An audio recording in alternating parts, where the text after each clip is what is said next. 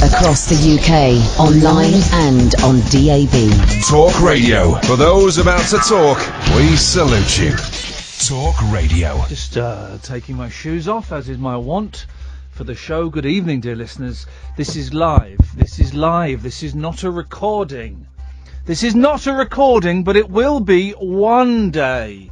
I'm wearing a headlamp, and I am sitting in a studio. If you want to join me, not literally, give us a call. Speak to you after this. Late night, Iain Lee on Talk Radio. We have ways of making you talk.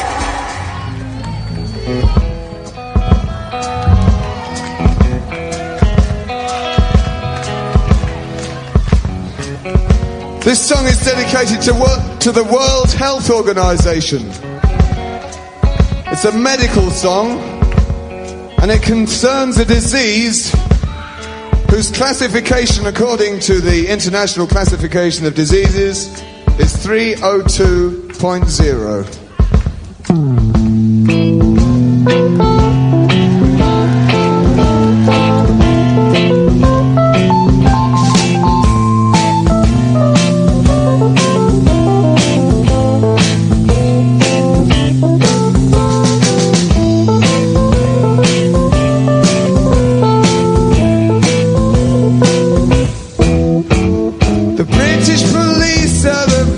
In the world, I don't believe one of these stories I've heard about them raiding our pubs for no reason at all, lining the customers up by the wall, picking out people, knocking them down, resisting arrest as they're kicked on the ground, searching their houses, calling them queer. I don't believe that sort of thing happens here. Sing if you're glad to be gay.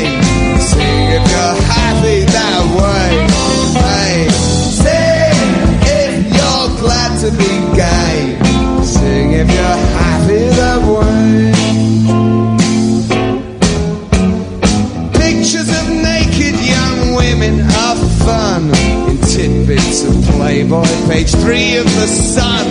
There's no nudes in Gay News or One magazine, but they still found excuses to call it obscene. Read how disgusting we are in the press. The Telegraph, People and Sunday Express. Molesters of children, corrupters of youth. It's there in the paper, it must be the truth. Try and sing if you're glad to be gay. Sing if you're happy that way. Hey, sing if you're glad to be gay. Sing if you're happy that way. Don't try to kid us that if you're discreet, you're perfectly safe as you walk down the street. You don't have to or make picture remarks to get beaten unconscious and left in the dark. I had a friend who was gentle and short.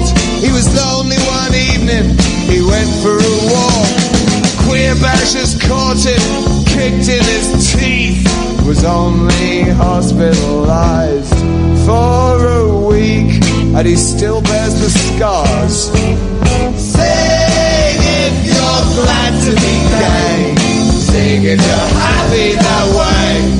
Hey, sing if you're glad to be gay. Sing if you're happy that way. And sit back and watch as they close down our clubs, arrest us for meeting and raid all our pubs. Make sure your boyfriend's at least 21, so only your friends and your brothers get done.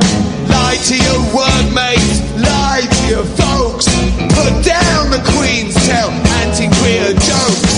Gay lives ridiculous, join their laughter. The buggers are legal now. What more are they after? Tell them. Sing if you're glad to be gay. Sing if you're happy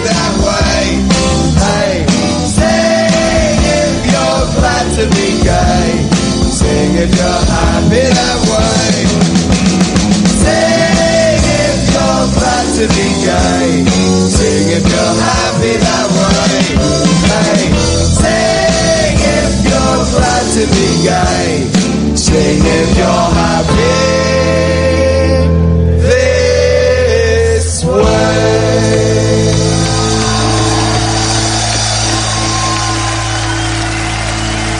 What can you say, really? Oh, hang on, where's that going to? Oh, we're going to a bootleg of a Monkeys concert. We don't want that. Let's go to first call of the night. Hip, hip, hip. It's you, Alan. Hip, hip, hip. Yeah, but no, you don't. You've done that. You don't need to do it again. Just confirming that I'm the first caller. Yes, all right. Don't. No one likes a show-off.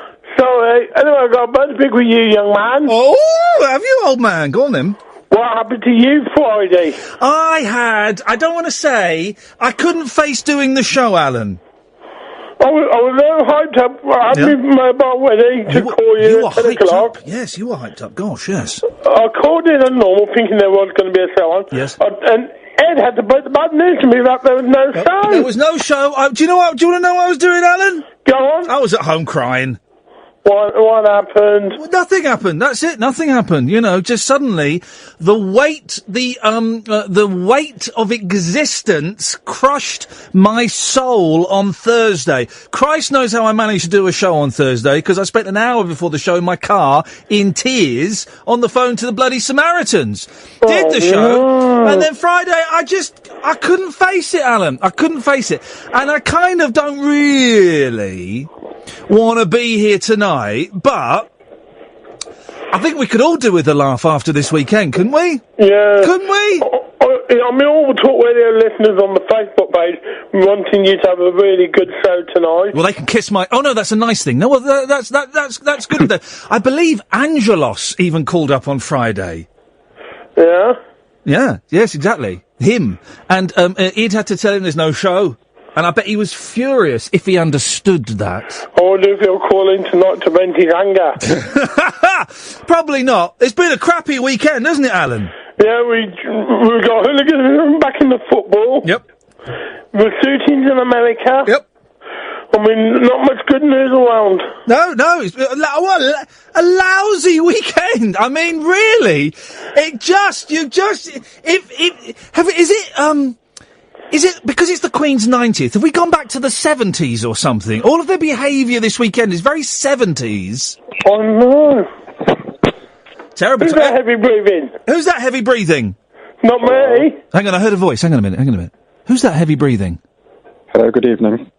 Yes, I can hear a heavy breather. Is that you? Hello, is that Mr. Iain Lee? Yes, it is, yes.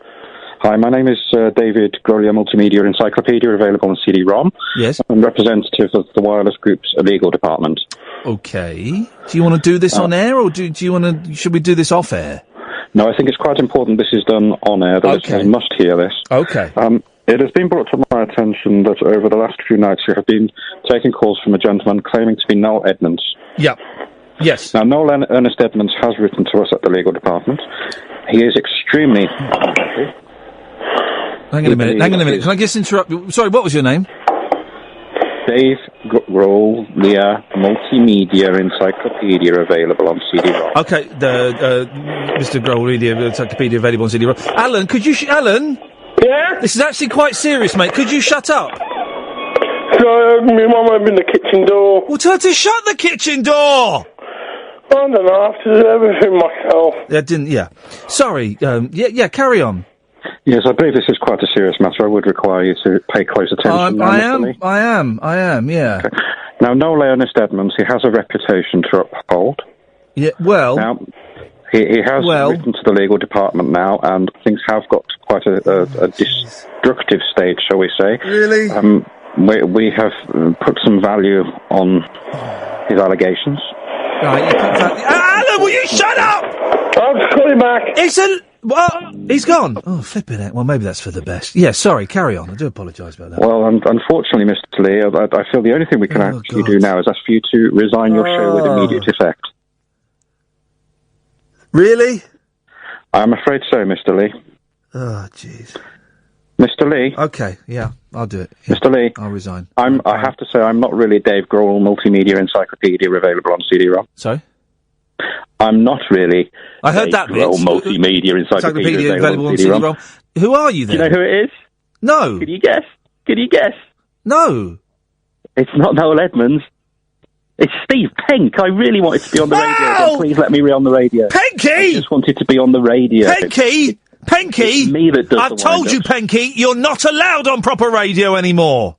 But it's no, Penky. Me does the wind-up. No, Penky. I'm coming for you, Lee. You're banned, Penky. You're banned. Ever since you reported on a man who was going to jump off a bridge and you played Jump by Van Halen. You're banned, Penky. 0844 499 1000 is the telephone number if you want to give us a call. You're more than welcome to. This is live. We are here this evening, and well, we'll just kind of see what happens, really. I didn't really want to be here tonight, but it's been such a crappy weekend world-wise that I thought, we could all do with a bit of a laugh, couldn't we? Really? So we will. Yeah. Well, that's what we'll do. Or not, it doesn't matter. 0844 499 1000. Where is Ed? Because I'm indicating to him to go to a break now. 0844 499 1000. Now, here's a thing, right? By the way, I'm wearing a headlamp. And you've got a problem with that? If you're watching on Periscope, you'll see I'm wearing a headlamp. If you have a headlamp at home, put them on. The world is a much better place. By the way, you'll never guess who's back on Twitter.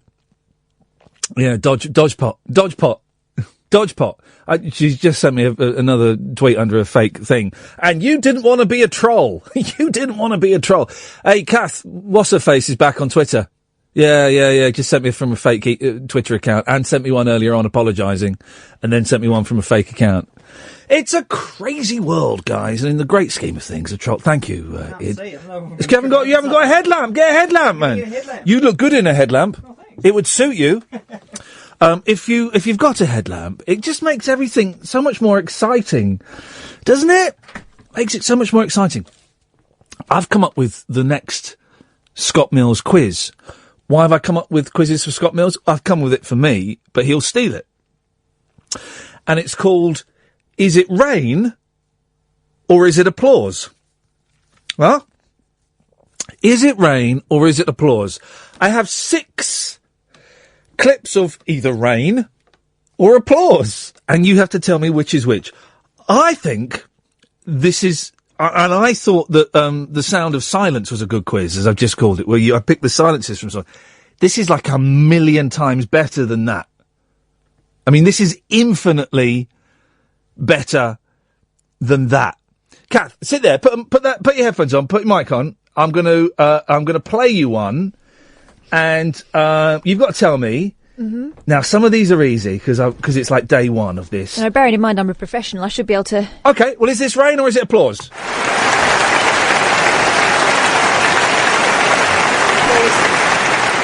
Sorry? Applause. You're saying applause? Yeah. Are you sure? Yeah. Okay, you would be correct on that one. I'm not going to do any more with you because maybe you'll... Sean?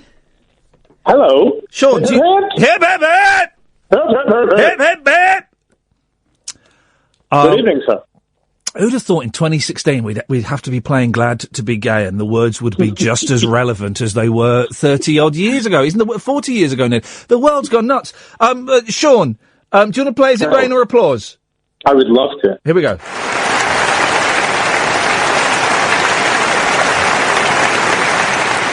Is that rain or is it applause?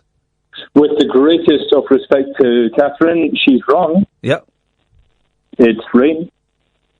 With the greatest of respect to you, Sean, you're wrong. That was applause. Oh! It's applause, of course. Listen. It's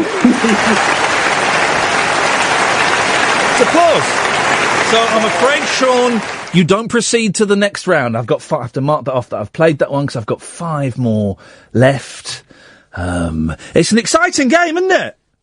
It's fantastic. It's the best yet. The thing is, it takes more preparation for what will ultimately total like 3 minutes of broadcast material. It takes more preparation than anything I've ever done in my life. Because I've got to find the clause. Sorry, and like anything, you will find that the work you put in reaps dividends. So you keep going. Thank you, man. I appreciate that. This is gold. Thank you, man. I apprate that. That means a lot, Sean. But on that point, be careful, because I know that I've been told Scott Mills is listening. Well, Scott Mills, he may be listening. He probably isn't, but his team will be. And they'll, Mr. Mills, we got a new game for you. It's called A Plaza Rain. I don't like it. It was on the radio last night. I love it. That's how it works. Yeah. No. Incidentally, could I point something out? Yeah, go on. I called on Friday evening, and the young man that you have answering the telephone, Mr. Ed, is that his name? The famous Mr. Id. A horse is a horse, of course, and nobody's heard of a horse that talks unless, of course, the horse is called the famous Mr. Id. He is a delightfully polite young man. Yeah. And I only spoke to him for 1 minute, but do you credit... Is that all? Because normally when he's taking calls, he'll speak to you about 5 minutes. He'll speak to you longer than I will. Well, to be honest, I hung up. Well, I did hang up. But what a delightful young man. He's a credit to you, Miss Truling. Well, he's not my son or anything. Sorry? Yeah, Are you wearing a headlamp, Sean? I'm not, but when I have to say I'm on Periscope, and when I saw the headgear that you had on, I was tempted to go out and buy one. Get one. Oh, mate, get them. You can get them in I've had this one, right, about 8 years. My wife bought it for me because I like to read in bed and she likes to sleep in bed. So I would wear this. It is the coolest thing in the world, man. Imagine this, and for a while I would wear this and a captain's hat in bed. Imagine the shenanigans. It's true. The advantage I can see is that I've got 4 little ones. Yep. So what scares the life out of me is when I get up in the middle of the night, and one of them has wandered from the bedroom. What? And I open, that's right, and I open the door, and it's like something from a horror movie. I'm half asleep. Yeah. And there's this freaky little kid in the darkness looking at me. The headlamp would give me a warning. Well, hang on a minute. Your children just stood in the hallway in the darkness. Well, yeah, they have kind of night terrors. I don't know what it is, but I'll hear a noise, get up, open the door, and there's a kid in the darkness looking at me. It's kind of freaky. Well, then a headlamp would be perfect. You sleep with it. Well, precisely. That's the point. I need to have it on me at all times, equipped and ready to go. I've got the lights off in the studio. Admittedly, it's making my head quite hot, and I don't think I can go the full 3 hours with it. But what the great thing is, it's like having a torch, but my hands are free. If you've got a torch, one hand is full, or you put it in your mouth. I've got hands free. Hands free. But I think I know what the issue is. Is it an LED bulb? Because if you go LED, you won't suffer the head heat. It's LED. Oh, jeez. Yeah. Then you have a problem with the headlamp. Oh, what? Hang on. Why do I have a problem with what? Because it's giving me a headache. It's my negative attitude. Did you watch it? Did you see it? I did. What, Edmonds? Yeah, I did see it, and then he posted on Noel.world, his website. He posted the truth, and we know it was the truth because he wrote the truth in capitals. And basically, some poor bloke called Vaughan who listens to the show, although he hasn't been listening recently because of his negative attitude, it tore him apart. In fact, I tell you what we'll do. I'll read the truth off of Noel Edmonds' website. But the thing that annoyed me more than anything, right? So his website is Noel.world. Yeah. It should be Noels.world. And it really annoyed me that it's Noel.world. Well, that doesn't mean anything. Noel World doesn't mean anything. Noel's World, Noels.world. Okay, yeah, I'll buy that. So he immediately lost points. And is it true, right? Someone tweeted me this, and I wasn't really looking at tweets over the weekend, right? Is it true Noel Edmonds will phone up your pets? Is there a caveat, or is that the question? He will just phone animals. Someone sent me a screen grab, right? But I don't know if it was genuine, because I wasn't really paying attention to Twitter. But apparently, we'll explore Noel.world after past, right? Apparently, he will phone up your pets and, say positive things to them. If he does, right? If he doesn't, fair play. And I apologise. If he does, he is the most insane man walking on the planet at the moment. Surely. And then what does Edmonds get out of it? Well, this is what worries me. Yeah. I'm concerned as to exactly what Edmonds gets out. He gets the satisfaction of zapping your cat or your rabbit or your hamster. It's a rabbit, Ian. I have a rabbit. Well, he zaps your rabbit with positive energy by saying positive things to it. He knows that rabbits don't understand Earth words. But what if they do? That's the question. No, what if they do? They don't. Rabbits don't. Rabbits are perhaps the dumbest of all of the pets. And I've had rabbits. I've had 2. Don't tell my children that. They think we only had 1. We had 2 rabbits. Benji 1 and Benji 2. Oh, Benji disappeared for 3 months, but look, I found him. Why is he smaller? No, he's been on a diet. But was it the same colour at least? It was exactly the same colour, and that was the problem, because it was a grey, it was a very specific sort of grey-brown colour, which you couldn't find anywhere. Then one day I was idly just looking around, was it Pets R Us or whatever it's called, and I went, him! I'm taking him! That one! And I took it back and I went back to the boys. Boys, look who I found. And they looked at the rabbit, they looked at me, looked at the rabbit, looked at me, and the eldest went, is that Benji? I went, yes. And he accepted that. I think he knew, but he accepted it. I said, I found him at the top of the hill. And he went, oh, brilliant. And then that one died, 6 months later. Bloody rabbit. Jeez. Hate them. What about fish? Fish, we can do a list of rubbish pets. Fish are no good either. Well, I had 6, and you had what? Month by month, they're just dying. I had 6. Yeah. 6 fish, and they keep dying. Yeah, they don't last at all. Useless, absolutely useless. At least the rabbit lives, although my condolences for Benji, but for crying out loud, the rabbit at least lives. The fish just perish constantly. Sean, thank you very much indeed. We're trying to escape from a downer, and we just can't. It's in the vibe. We're talking now about dead fish. Fish don't last at all. They are the worst pets you can have. And it's that thing of you've got the fish in the bag, and you've got to put the bag in the water so it gets to the temperature, and then you let a little bit of the water kind of mix, did all of that, and then 2 days later you have dead fish. Constantly. And then my cleaner, I'm middle class. I came back one day, right, and the cleaner was in the house, and there was another fish in the tank, right, and I was very, I'd put a lot of work into getting these fish. I went, who put the other fish in there? The cleaner did. Well, she's put it in. Yeah, that fish lasted the longest. That fish would not die. I'm trying to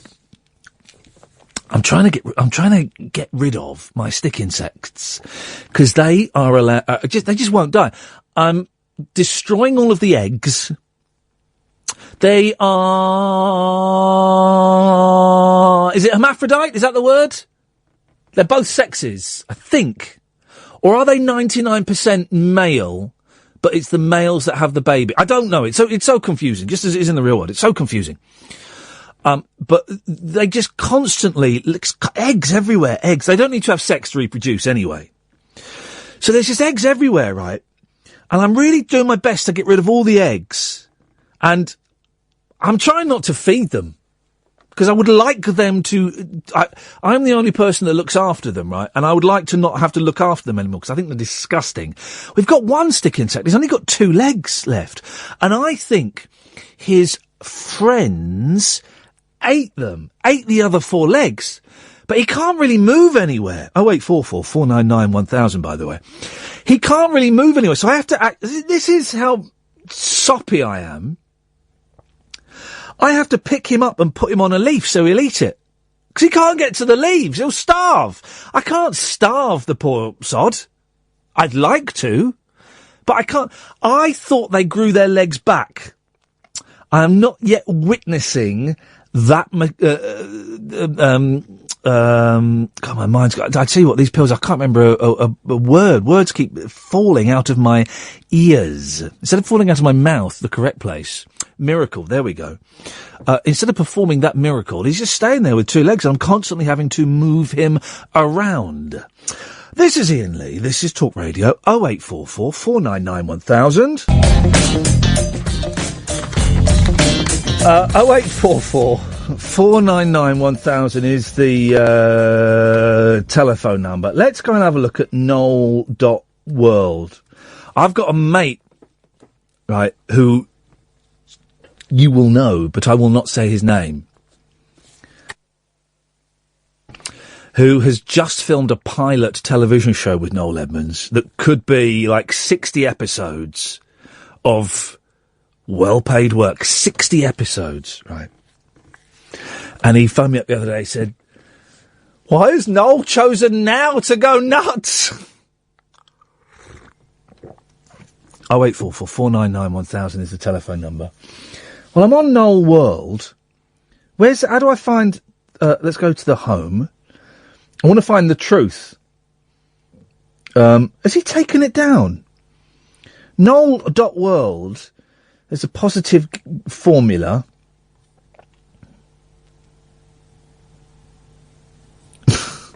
He's written a book about how to be positive. I say it will be published very soon because so far I've failed to interest a mainstream publisher. In fact, I will go so far as to say that I've not only experienced rejection, but also suspiciously Oh! He's nuts! I can't. If someone can send me a link to the truth, please. That Noel speaks, where he disses Vaughan. The fellow's got cancer, had a heart attack last month. The positivity formula. This is Noel Edmonds' website. In 2005, my book, Positively Happy, was published. Part biographical, it explained why the adoption of cosmic ordering produced a happier, healthier, and more successful lifestyle. Subsequently, many people have thanked me for the advice contained within its pages and the positive influence it's had upon their lives. On the eve of the publication of my follow-up book, The Positivity Formula, I would like to apologise for the fact that I was completely wrong in one of my core beliefs. In my defence, 10 years ago, I believed that it was possible for the human mind to influence and even control our destiny.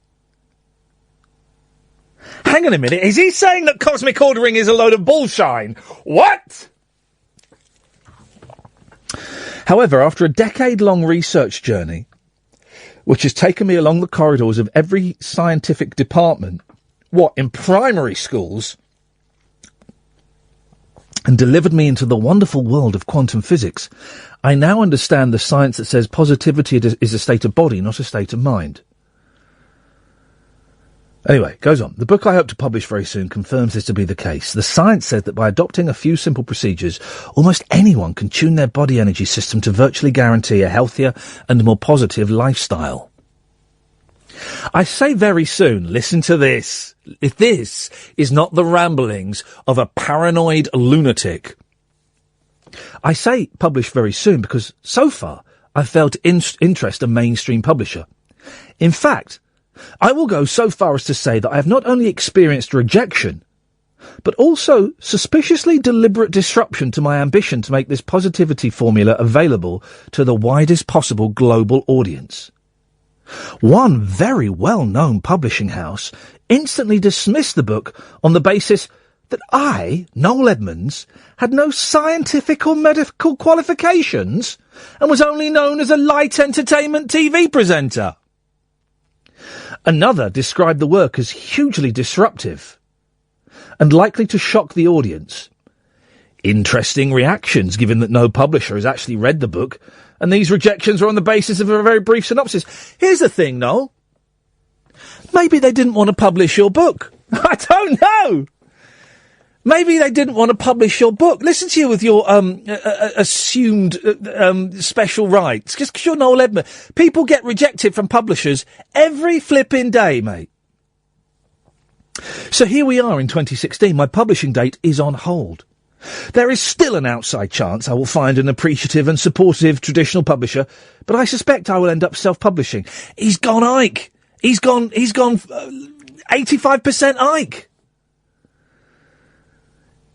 If you do your positive thinking, Noel, then surely it will happen, won't it? Right.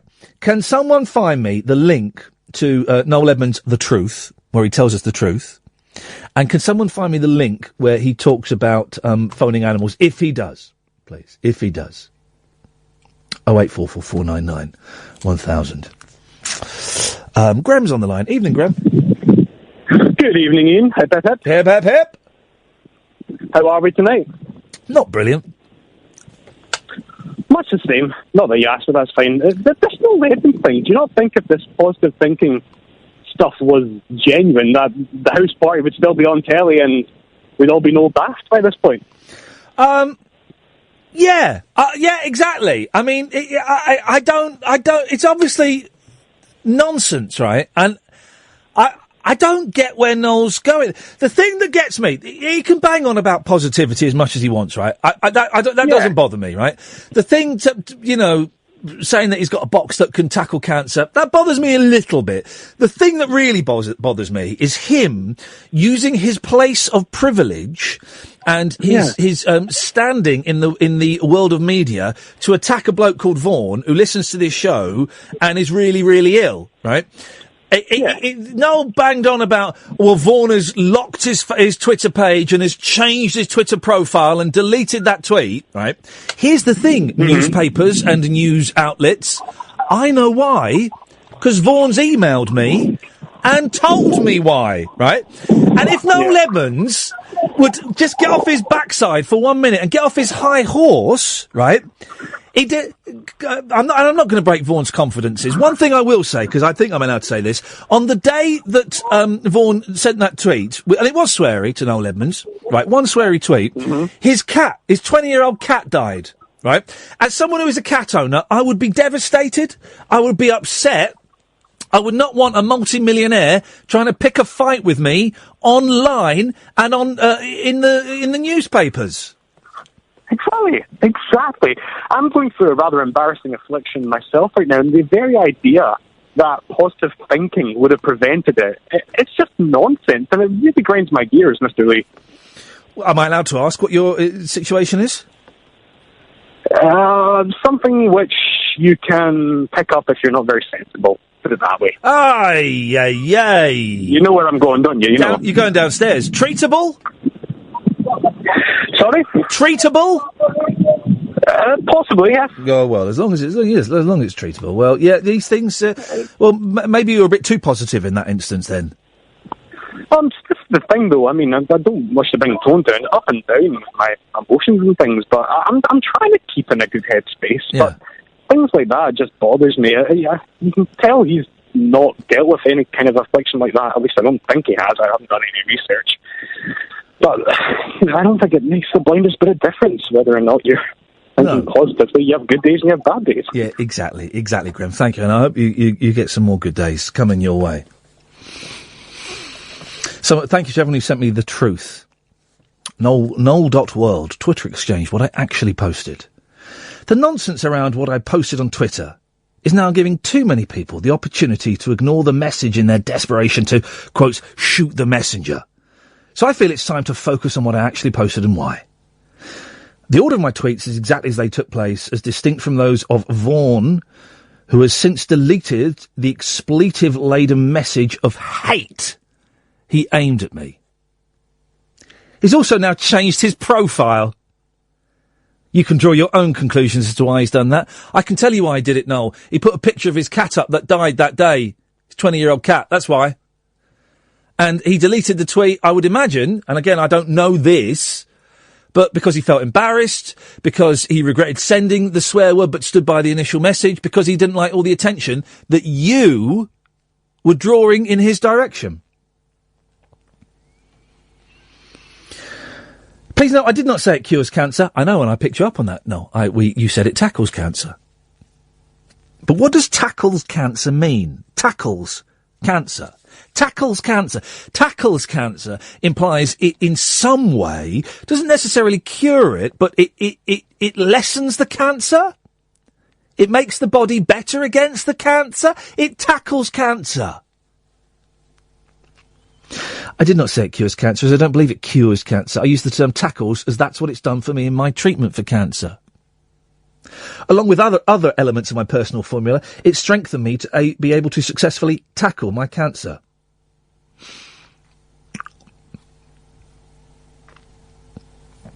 Tweet 4, which is...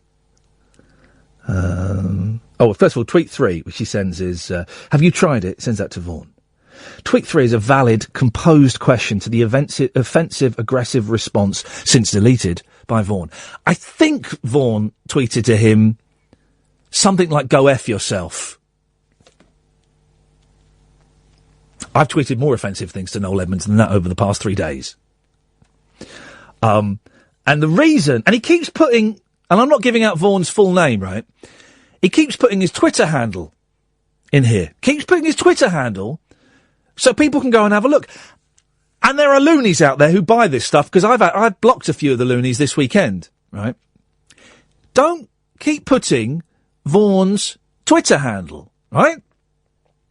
He's got cancer, really bad cancer. I think it's kidney cancer. He had a heart attack last month, and you're having a pop at him. Tweet 4, where he says to Vaughan, scientific fact, disease is caused by negative energy. Is it possible your ill health is caused by your negative attitude? To a bloke that's just had a heart attack, he's got really serious cancer, and his cat had died that day. He explains tweet 4. Again, scientific fact. Where is the fact? Disease is caused by negative... What is negative energy, you muppet? What is negative energy? Tweet 4 again, fact. Yes, a subject of much debate, but enough highly qualified medical professionals believe this to be the case to convince me. Please note, the second sentence is a question. That sentence, just to remind you, is it possible your ill health is caused by your negative attitude?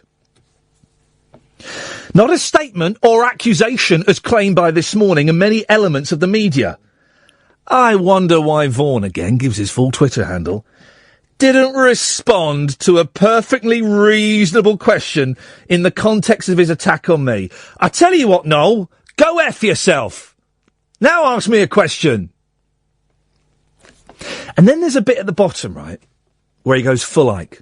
Right? Bit in a big black box, highlighted text. Listen to how mean this sounds, right, and how threatening this sounds. You fill in the blanks and draw your own conclusions. As a positive man, I loathe involving the legal profession. But now everyone can see exactly what I believe and what I actually posted on Twitter. I would ask media, there's no full stop there, charities, and any other organisations perpetuating the inaccuracies to desist, and in the spirit of the topic, the odd apology wouldn't go amiss. First sentence. Well, it's all one sentence. There's no full stops. As a positive man, I loathe involving the legal profession. Who's he threatening there? Is he threatening me? Is he threatening Philip Schofield? Is he threatening you? I make up he's having another pop at Vaughan and threatening Vaughan.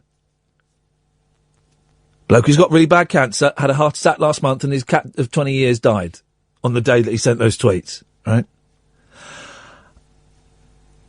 Vaughan might come on the show at some point, and there's no pressure at all, right? And what he's told me, apart from the cat thing, which I think I've been able to share, what he's told me in those emails is private and it's between me and him, right? And I'm not going to share those. But one thing I can share, right, is that he is petrified of as to what has happened and what may happen. He's depressed as to what has happened and what may happen. And he's got cancer, Noel! He's got cancer and you haven't now, all right? Be happy with that. Give the guy a break. 0844 499 1000. Kyle, Mike, Satdev, stay there. Guys, you could get lost in Noel.world. I mean, I won't read, I'll read one more thing, all right? And, Mike, Satdev and Kyle, stay there. 0844 499 1000. But you go and read his riposte to Philip and Holly on there. Anyway, we have to sign up for this, don't we, guys? In fact, I'm going to sign up for it. Noel.world, where would we be without our pets? What would life be like without our feathered, furry, scaly friends? You spelled scaly wrong. Scaly. Well, the answer is pretty miserable.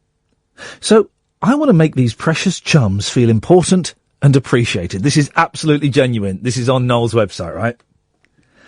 It's amazing how a simple, brief phone call... I swear to God, I'm not making this up. It's amazing how a simple, brief phone call can pick up the spirits of the most dejected hamster, the most stressed goldfish, and the most neurotic cat. Please allow me to call your pet and offer positive words of appreciation and motivation. Name, brackets, in the case of working pets, their correct title and job description. Breed. Interests. Licking its balls. Likes licking its balls and sniffing other dogs' bums. Pet's phone number. Your name and number, in case your pet is out when I call. Any additional information.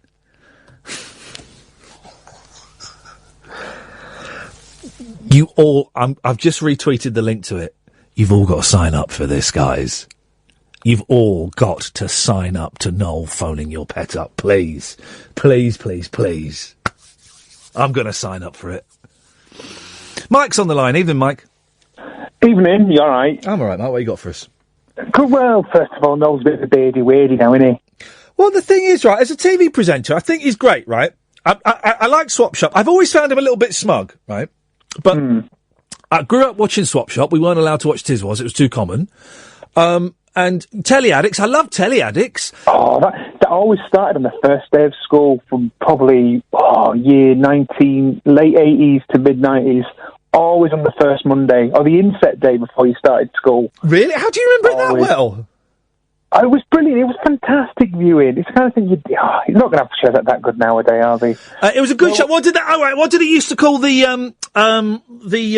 I used to call the Remy Conch, or the Magic. What did he call the remote control on there? Oh, I don't remember. Oh, you remember what day it was on, but you don't remember the Hoofer Doofer? It finished when I was pretty young, to be fair. Shut up, man. The Hoofer Doofer. Oh, no. Anyway, what do you call the remote control? Just the remote. My brother calls it a doofer, which I quite like. He calls it a what? A doofer. A doofer. We call it the Remy Conch or the Magic. It's a bit long. Well, we use Remy Conch. Or... Where's that from? What's Remy Conch? The remote control. Remy, remote, Conch, control. Oh, that's good, that. It's good, that, isn't it? Yeah, Remy Conch. I like that. That is good. Or the Magic. Where's the Magic? Where's the bloody Magic? I want to turn the telly over. Where's the Magic gone? That's what we do. Oh, I like that. I want to invent a new name. We can do... Hang on a minute. Let me just pretend I'm on local radio for a second. What do you call your remote control? 0844 499 1000. It's always a good phone in. Anyway, go on, Mike. What you got? I think Noel is mistaking positivity for being wealthy. That's the main... When you've got cancer, being rich is generally speaking, what tackles it. Well, hang on a second, right? Hang on a second, because I want to be fair to Noel, right? Partly because I imagine he's got a legal team analysing every second of this broadcast, right? I know very little about I think he had prostate cancer, I think. I don't know how it was tackled. I know that he used this EMP box to tackle it. That was part of the solution. I don't know what else he did. Does money with cancer have much of an impact? I think when you get to a certain age and you can have such a vast amount of preliminary and precautionary work done, and then you'd probably, you're not waiting for things like if you've got money, I think you can probably speed up the process a little bit, but I think that that's kind of it. Unless you're like spending, you know, tens of thousands on drugs that you can't get on the NHS. But that's unlikely. And I don't think that was what was happening with Noel. I would suspect if you're really rich, it would speed things up a little bit, and you could maybe go to but I was watching a documentary about George Harrison at the weekend. He died of cancer and he's a multi-millionaire, so it's not necessarily going to stop you dying. True. Look at Bowie as well. Yeah, exactly. Anyway, it was still indefensible. It really agitated me. I wouldn't say trolling his people who were following him and defending it, but I got into some quite vociferous arguments with them. Because, really not. It was just, I feel so sorry for that guy Vaughan, and if he's listening, I don't think there's anything there. I don't know if he is listening. I keep banging on about how he's a big listener to he wasn't listening last week. He sent me an email. Oh, sorry, I wasn't listening. Jog on, man. I had my son staying with me. Oh, get over yourself, mate, for crying out loud. I was defending you in a potentially litigious broadcast. You had your son over. Oh, for crying out loud. And that, I'll be honest, and excuse me for 1 second, Mike, but that, I think, indicates that Vaughan does have a negative attitude. Yeah. And it is... That other guy hit the nail on the head. Where's the primetime TV? Where's not even Noel's house party? Where's Noel's roadshow? What was the one he used to do at Christmas? And I used to hate it at the top of BT Tower. Oh, Noel's Christmas. Was it Noel's Christmas present? Yeah, and he would like go around in Victorian clothes, giving presents to sick children. When really what he should have done was just going around them, telling them to stop being so negative. Yeah. Oh, that's bad. I was doing that a lot of the way. It felt really bad. I was saying that. Anyone who'd have spoiled him. The thing that got me. Yes. Is I interpreted it, because again, I'm fearful of being a little bit sued. Yeah. Oh, you can't sue. I don't have anything. What would he have? Yeah, no, but it'll be me they sue, Mike. So be double careful. Wonderful. What's the main thing? How I interpret it. It's personal interpretation. So he's saying to like a parent whose child has possibly passed away from cancer, negative kids. It genuinely sickened me to my core. I thought it was disgusting. Yeah. I don't. I mean, I don't know. I like Noel. I'd love for him to come on. Although I think the first tweet I sent him was something about shoving a box up his arse or something like that. So that is not, and this is a tip for anyone who wants to get involved in radio, that's not a great way to try and secure a guest. Let me just say. And let's be honest, the way you go through jobs, he's got his own radio station, Positivity radio station. Yeah. You should have an eye on that. Exactly. Thank you. Thank you very much indeed, Mike. He makes a good point. Noel is welcome on. He won't come on. Of course he won't come on, right? But he's welcome on. Everyone's welcome on. Vaughan might come on at some point, but don't have to. He won't be listening to this. Negative attitude. Maybe Noel was right. Could be worth looking into, Vaughan, just saying. 0844 499 1000 is the telephone number. I've just retweeted Sat Devon Carl, stay there, I'll come to you after the break. I've just retweeted the link to Noel's Phone a Pet. Right? I'm going to sign up for it during the news. Oh no, I can't because I don't know my phone number and I'm using my phone to Periscope it. I'll sign up for it tomorrow. You sign up for it. And if he calls any of your pets, this would just be, it would just be the most awesome thing in the world, wouldn't it? Wouldn't it be incredible? Oh, and what do you call your remote control? 0844 499 1000. Those are the hot topics of this evening. Oh, we'll play round two of Rain or Applause as well, if you fancy go on that. It's the, in fact, let me play you. All right, don't answer yet, guys. Is this rain, or is this applause? It's a short one, or is it static? You said the team up there is saying rain. Yeah, this is okay. This is a tough one. 0844 499 1000 is the telephone number if you want to play that. What else is there? Why have I written that one down? Oh, flippin' heck! Oh, remind me. Oh man. Yesterday, I was in bed all day yesterday, right? And then for 2 hours, I got up and went and did some work and did a bit of writing. And I came back, and we have a garage that is separate to our house, right? And I'd noticed the other day that the drain was blocked and the roof of the garage was covered in about 2 inches of water, right? And I don't know much biology. I don't know much trigonometry, right? And I don't know much about roofs and water, but I do know that if there's a load of water on a roof, it means A, the guttering or the drainage is knackered, and B, that will seep through. Either the roof will collapse or that water will seep through, right? So Sunday, I kind of was feeling a little bit, I've written an article for Record Collector about Tommy James. I think it's quite funny. So I was feeling a little bit buoyant, right? I thought, you know what I'm going to do? I am going to fix the drain and guttering system at me. I know you're watching me now with the headlamp on. You're thinking, yeah, that guy could probably handle it. No. I'm going to fix the drainage and the guttering system on the garage, middle class, and that will be a job done. Suffice to say, it went completely tits up. Talk Radio. Well, I've just registered for Noel to ring my cat. It really is that simple, guys. I've just retweeted the link. Why don't you hurry up and get involved? Maybe one of us will get lucky. 0844 499 1000 is my phone number. This is Talk Radio. This is the news. Late night, Iain Lee on Talk Radio. We have ways of making you talk.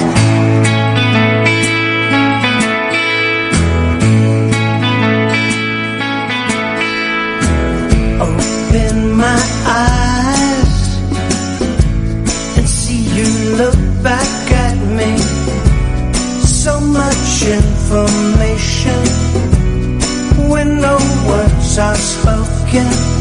I get so high just thinking of you. Feel just like a schoolboy forgetting my own name. How much do you think the person that you are? How much do you think? It's terrifying when you're around me, and death-defying. I'm terrified. You think I live my life, never looking back, but they're just myths they tell you to take you to your ripe old age. But I've been alone in a house so hollow. I never thought I'd meet you. Your perfect imperfections. How much do you think the person that you are? How much do you think? It's terrifying. Your arms around me, and death-defying. I'm terrified.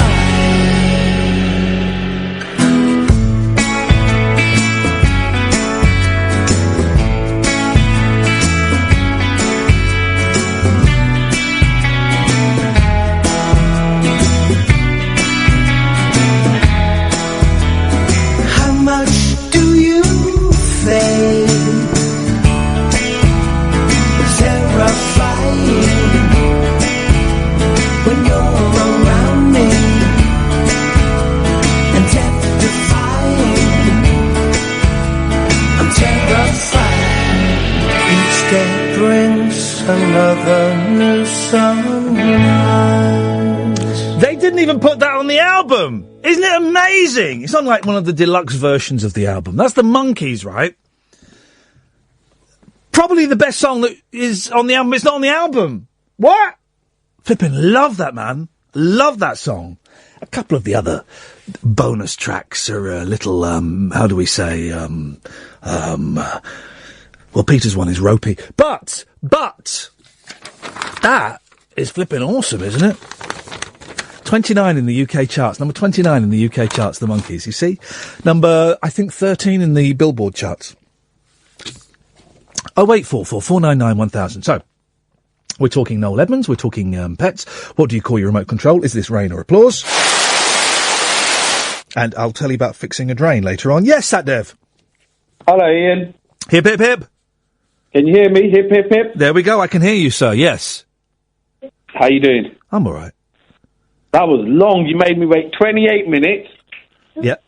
I think I got through quicker to Madame Tussauds. And that's long. Madame Tussauds, the queue for Madame Tussauds is huge. All the time. But I still got through it quicker than I got through to you. How much does it cost? How much did I pay? About 15 quid, I think it was.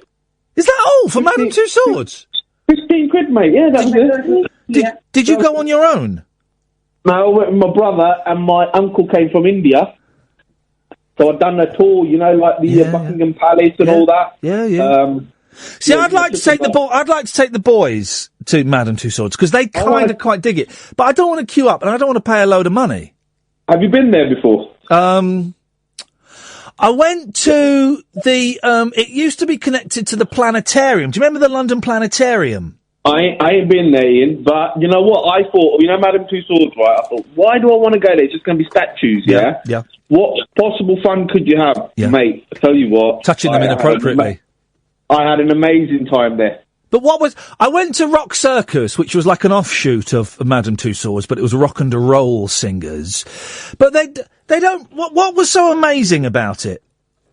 Well, Matt, it was just, we had just a laugh, just taking funny pictures with the, you know, the statues and...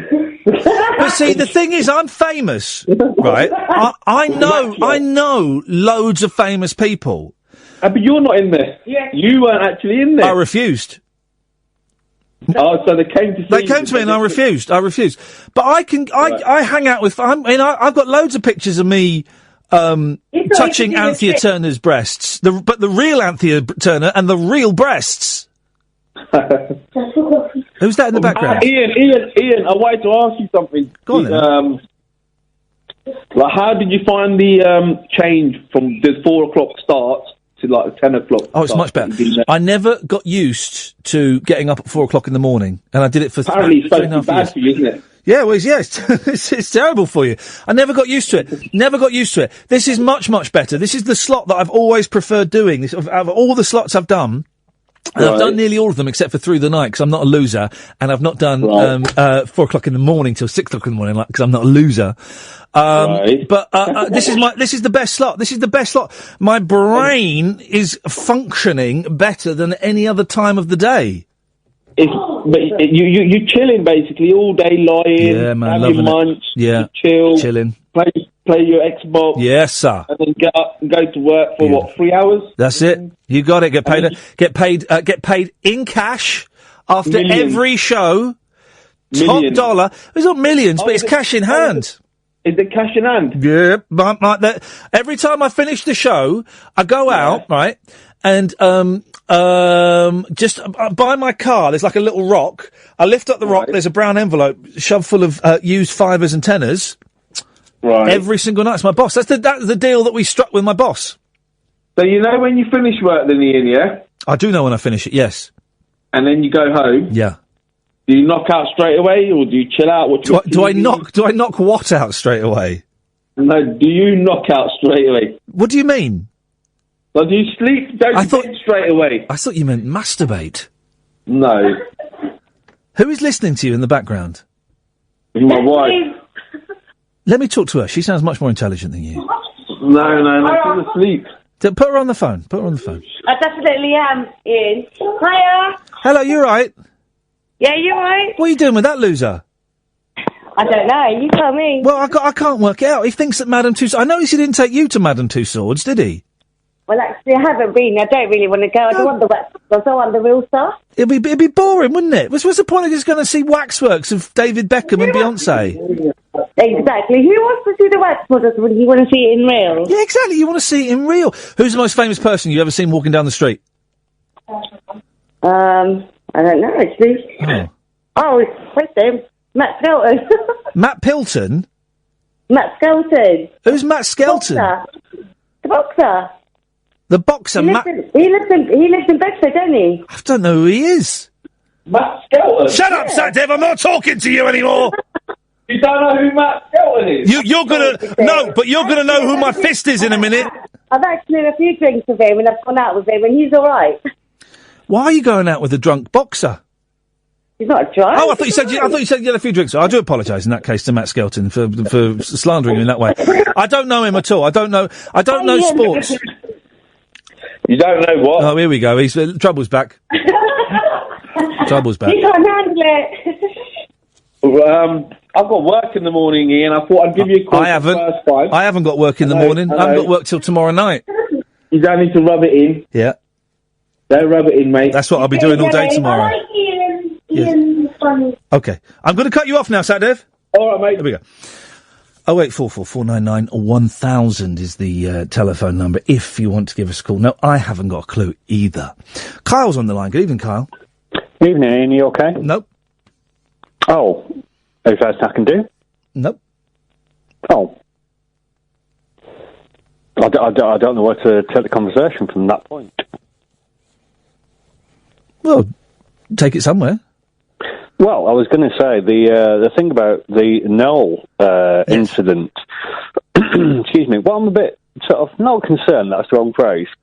If he can't publish, so he's sort of saying that he can't get the book published. It's not fair. He can't get his second book of bullshine published. It's not fair. It must be not because the book is no good, right? It must be a conspiracy, or maybe. I mean, I would like to know how many copies the first book sold, and I would then like to look at those figures. Look at how much it cost to publish the book, how much it made back, how much the publisher made, and the contents of the new book, and then I would make a decision to probably not publish it because it's bullshine. Yeah, but in terms of... Deal with it, Noel! Loads of people get rejected by publishers. Thousands of people get rejected by publishers every single day. Just because you used to host Noel's house party doesn't mean you're entitled to have a book published. The book's so good, self-publish. Sell through a website. Well, that was the thing I was going to say. If he's so altruistic, and I'm not casting aspersions on the man, I don't know him, obviously, but why doesn't he, if he's so altruistic and into giving stuff back, why doesn't he just publish it for free on his website if he wants to help people? I'm deliberately erring on the side of Edmonds in a lot of these instances, right? Because I'm sure his lawyers are picking. He hates legal action, but if he's pushed, he'll sue. He's not said anywhere that he's altruistic. Okay. So he's not. Yes, he wants people to benefit from this, but why shouldn't Noel benefit with a few $1 in his back pocket? But yeah, but surely he's made enough. Surely he's made. Can you ever make enough? Yeah, I think so. Well, you think so because you haven't got a lot, right? And I say that, respectfully. Compared to Noel, I haven't got a lot. It's all comparative, right? But the thing about making money, and there was a period in my life when I was making a lot of money, right? Several years ago. It's very Moorish. It's very, very addictive. And you think, right, I'm making this much money. I wonder how I can make a bit more money. And also you worry that it won't last, and that money that you've made, and with me, it didn't last, and it did all disappear, in a cloud of smoke, almost literally. So there's never, I don't think from the outside, you can think, well, that person's got, give me a figure, Carl, what's enough money? Oh, I've never thought, it's impossible to answer, isn't it? Is it £500,000 quid, £1 million quid, 10 million quid? Yeah, the funny thing is, and I think you posted, or somebody might have posted something linked with you saying none of it matters. And I was having a conversation, very deep this, but I was having a conversation because, I had a bit of a health thing, and I think, if I keeled over tomorrow, then it just all go to my brother, which I'd be happy for him to have, but you just sort of think, there's no point, really. Well, no, but there is, because if I keeled over, if I had a car crash on the way home and died, right, part of me would think blessed relief, but, I've got a mortgage, I've got a wife, and I've got 2 kids, well, they're not going to be able to survive on the money that my wife makes. So part of me thinks I need to have a certain amount in the bank so that if I did die tonight, they'd be all right for the next year or so. You know, they could get by until, you know, and hopefully their situation would improve. No, and I understand that. And you're right, he's not saying altruistic. I just, like I said, and this is just my personal opinion, I just sort of think, if you wanted to help people, but yeah, I get the logic of what you're saying, he's not actually said that, has he? I just think he'll just end up doing a book, if it gets published, and it will get pulped a la Partridge. Do you see what I mean? It's just... Because I'm writing the book, Carl. I'm writing the book. I've done 3 chapters, right? And I worked out what chapter 4 was going to be the other day, and now I've forgotten it, but don't matter, it'll come back again, right? And I am hideously aware that that many people consider me to be not even an Alan Partridge, more of a Richard Madeley, which is worse, right? And I have great visions of the book being culled. And it might happen. But it's going to be a good book. It's going to be a funny book. It's going to be a funny book. Already in one of the chapters I call Eddie Large and SH1T. Yeah, that's how good this book is. That's how good this book is. And then someone tweeted, I tweeted that, and someone tweeted to Accidental Partridge. I replied, well, no, it wasn't accidental. It was deliberate. I know exactly what it sounds like. That's why I wrote it. You idiots. I get it. Oh, I did notice, by the way, you got a mention last night on Howard's show. Oh, did I? He played bits of the interview, and then without my permission. Interesting. That's interesting. Without my permission, right? Yeah. Okay. And but he's very nice about you. But apparently, in the very last hour, maybe it's very dull till then. Not against Howard, and but apparently David Icke was on it. Yes, I know. It was a pre-record. Yes, it was a pre-record, and David Icke has refused to come on this show. He's cancelled twice, and now no longer it's his son that manages him, and now no longer replies to Catherine's texts, and does not reply to my texts. Now conspiracy? What conspiracy? The thing is, right? Icke is scared I'm going to tear his nonsense apart. I'm not interested in his nonsense. I want to find out about him. I want to find out why he didn't get on with his dad when he was a kid. I want to find out why his dad was so disappointed with him when he got arthritis and couldn't play football anymore. I want to know what it was like at the launch of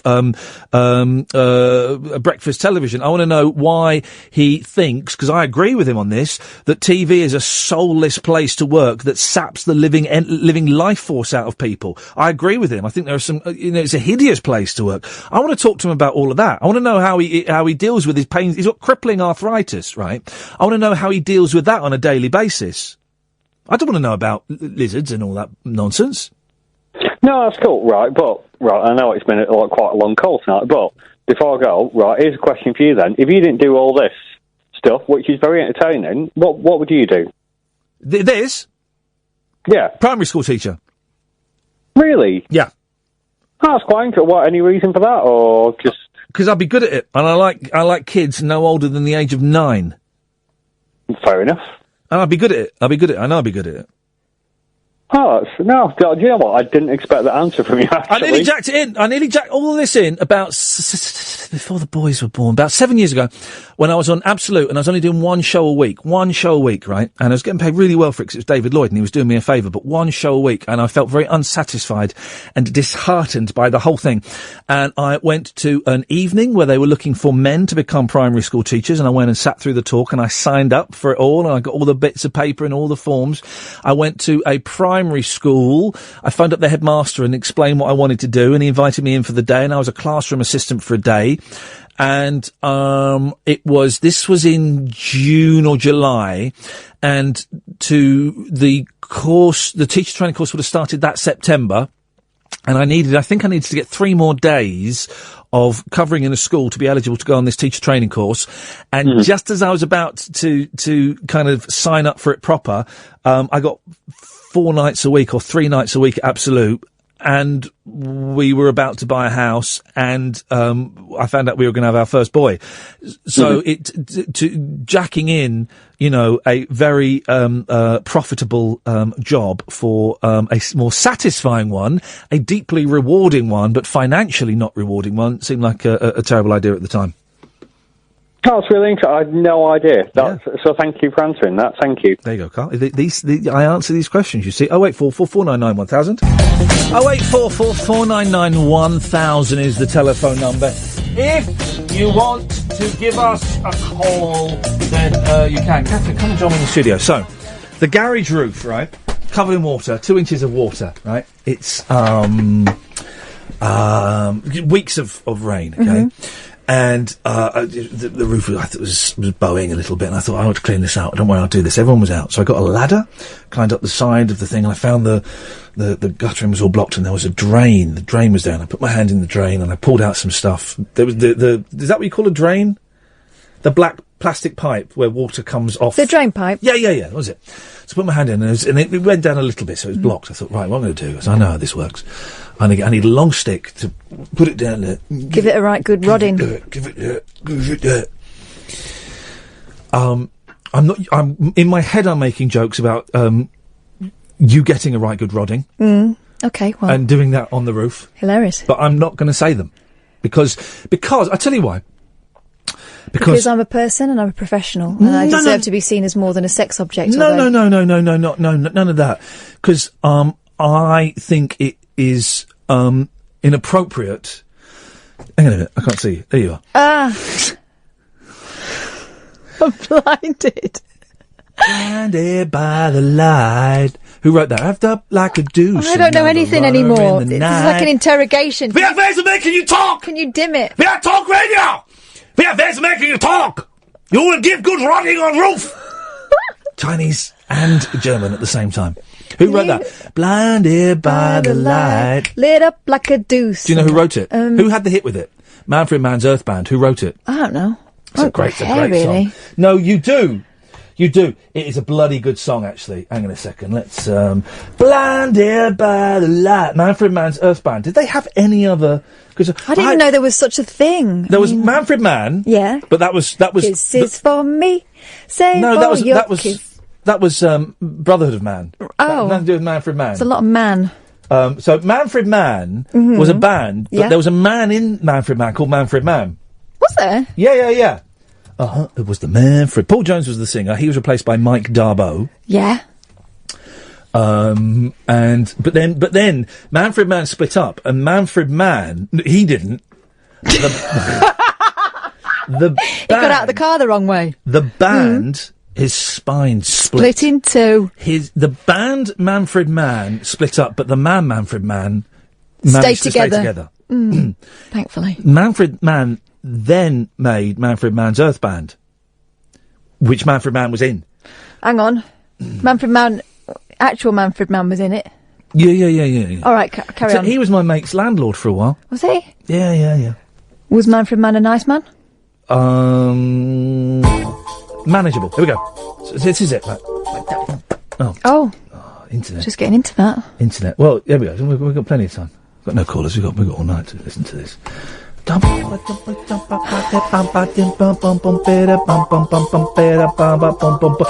that, right? You've written a song. You go right. I've written a song, right? Right, but you don't know who the songwriter is. I do. So the songwriter comes in and goes, I won't do the voice, it'll give it away. He goes, guys, I've written a song, right? Do the voice. Guys, I've written a song, right? Was it Jimmy Durante? Guys, Schnozzle Duran? No. What did you used to call the remote control? A dicky dirt. Tell me what you used to call the remote control! The dick! So, guys, I've written a song, right? But the songwriter, imagine the songwriter couldn't play keyboards, right? They go, right, how does it go? And he goes, right, well, the chorus is really catchy, but blinded by... They go, great, how does it start? He goes, well... They go, go on, tell us how does it start? He goes, well, it goes... You saying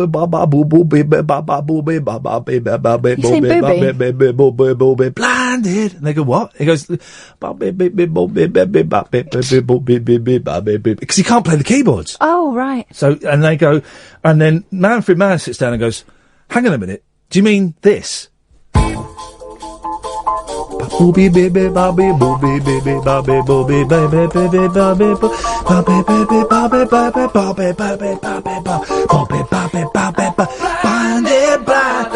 Yeah! Woo!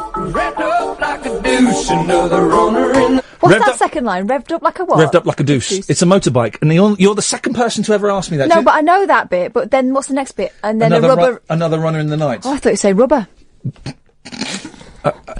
You're the second person to ask me about the deuce line. Do you know who the first person was? Rock and roll legend.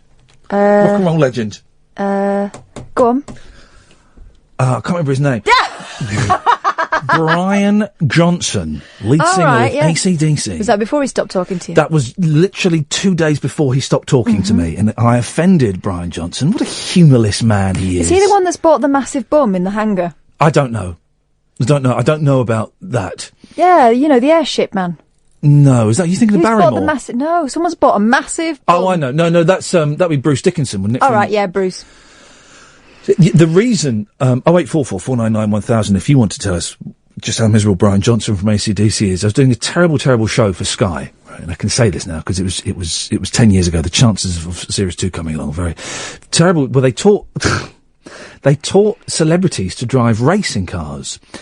And what could possibly go wrong? Oh, Miss Dynamite smashed her racing car and had to be rushed to hospital in a coma. Dear. What else could go wrong? Oh, Nick Moran was on it, and he was thoroughly unpleasant gentleman. Do you know, I'm still scared of Nick Moran. I'm a bit scared. And I regret saying that now. I'm terrified of him, thinking of him. I'll sort him out. No, you wouldn't know. Who was that? He was my foot against the desk. He really was. He didn't like a comment. I was like, so it was hosted by Denise Van Outen, right? Yeah, so chirpy. Called The Race. I like Denise. I think she's delightful and we get on very, very well. She was hosting it, and I was hosting the Sky 2 spin-off show, where it was like a sort of the audience thing, and I would be it was like Big Brother's little brother, basically. What was it called? So it was called The Race, I think. Or so something. you were the race. The racist. And I had to go out and do like funny films and stuff while they were. And you're a funny film man. You're the right guy. And I went and filmed them like learning how to do something in a car, and they all did really well, apart from Nick Moran, who didn't do particularly well. Oh dear. And at the end of it, I went, and they all did brilliantly, apart from Nick Moran, who was rubbish. Back to you in the studio, Denise. Fair enough, isn't it? It's only a game. I'm sat next to Denise. Moran is sat about 4 foot in front of me, facing me. Look of death. That look of death. Locks. I'm thinking, oh, Jesus, he didn't get the joke. It's a light-hearted entertainment show.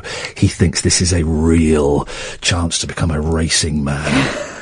And the whole audience laughed, and he gave, literally, for the next 25 minutes, look of death. Mm-hmm. I'd heard stories. Oh. And afterwards, I thought, I better diffuse this immediately. Bit of humour. Yeah, so I went up to him, I went, all right, Nick, look, I'm really sorry for... Don't talk to me! Wow. Literally like that in front of everyone, in front of the audience in front of people. Don't talk to me! Walked off like that. What a plum. And I thought, flipping it. And I said to the director, I said, look, I ought to, this is going to be an uncomfortable week with this guy. I ought to go... This was day one? It was day one, yeah. I said, look, he's obviously misunderstood it. And do you not, no one at Sky stepped in and went and had a word with him saying, Nick, you're being an idiot. Yeah. That's his job. Right. So I said, look, I ought to go and apologise to him. And there's a really slimy producer, actually, now I think, and whose job it was. He should have been the one kind of greasing palms and stuff. And he said, yeah, all right, we'll sort it out. Don't worry, I'll be with you. Right. Right behind you. He took me up to, he said, Nick, Ian's got something to say to you. This is like the next day. And he buggered off. He really did just push you forward. Yeah. And I went, look, Nick, I'm really sorry if you're offended. It was a joke. It was a light-hearted thing. He put his hand up. He went, I know all about you. This is not the E channel, because I was doing a programme on the E channel at the time. Uh-huh. This is not the E channel. This is a very serious programme. Wow. And I went, all right, yeah, I'm sorry. And it went on. He rollicked me for 10 minutes. And I felt like saying, well, this isn't a bloody Matalan advert, you plum. Because remember we did the Matalan adverts. And I didn't. And I swallowed it up. And I've never felt more humiliated, and I've never seen anyone be so ungracious in accepting an apology. Anyway, he got booted off the series a bit. I bet there's something else going on there. Yeah, I bet there was. Yeah. I'll tell you some stories later on as well. But anyway, Brian Johnson was on, right? And we got on really well with him. I got on well with him. Well, you would. And then I said, did a question. He's an aging rocker. Did a question. I said, we're talking about cars. Brian, one final thing before we go. What's the best rock and roll band in the world? He went, AC/DC, like. I cannot believe you asked me. And I went, you're wrong. It's Kiss. Coming up next. Wow. Look of Death. I had to go and apologise to him the next day. I had to go to his Winnebago. I had to knock on the door. Mr. Johnson, I'm really sorry. It was a really ill-timed joke. And I had to say, of course, I think AC/DC rock much harder than Kiss. What? Had they signed their egos in at the door? Flippin' heck. What happened? I mean, ridiculous. And then there was a woman from Atomic Kitten. Oh. I don't know which one, right? Liz? I don't know. It doesn't matter. Kerry, Katona? No, it wasn't Kerry. It wasn't Kerry. So then the other one? Yeah, maybe. And the girls had a few... There was girls versus boys, right? And the girls had a few knocks and crashes in the week, right? And on the day of the race, proper race at Silverstone Racetrack... Yeah, I've heard of it. Yeah, I'm sports aware of it. cars, right? And they were doing all this bullshine, all this positivity thinking. It's positivity. Everything's got to be positive. Everything's got to be phrased positive, right? And I hated going up to them because none of them wanted to talk to me. And the director in my ear would say, this bit was live. He'd say, right, go, there she is, go and talk to her now. And I would pretend quite often I couldn't hear him. So I would just stand there, right? Anyway, he said, go and talk to the girl from the Atomic Kitten. I went, all right. He said, right, you've got 40 seconds to fill talking to her. And they never wanted to talk to me. I went, I'm really sorry to interrupt. Just got to say, we chatted. It was a stupid thing to say. Right? Oh, Ian. I just said, good luck. Wish you the best of luck. Don't any of you crash. And they went nuts. I mean, again, they taught me, we're supposed to be positive. We're supposed to be being positive. And you're bringing negativity into the... I'm not in your team. Deal with it. And then Miss Dynamite did have a very serious crash. Yeah, Miss Dynamite. Anyway, we're late for ads. But the question is, who turned up and said, I've got a song and it goes... Was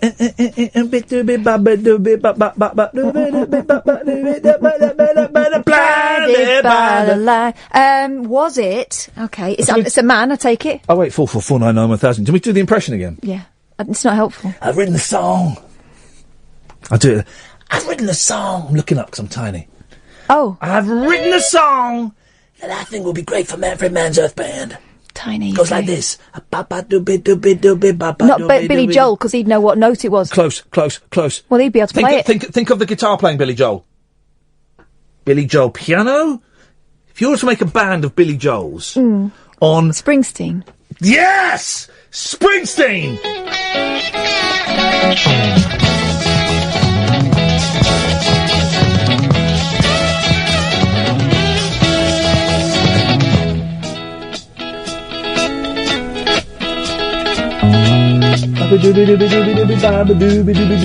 Madman, drummers, bombers, and Indians in the summer. Did you just say bummers? Bummers and Indians. A little bit racist, mate. A little bit racist and offensive. Speaking of racist and offensive, it's Rob Burnett. Hey, how are we?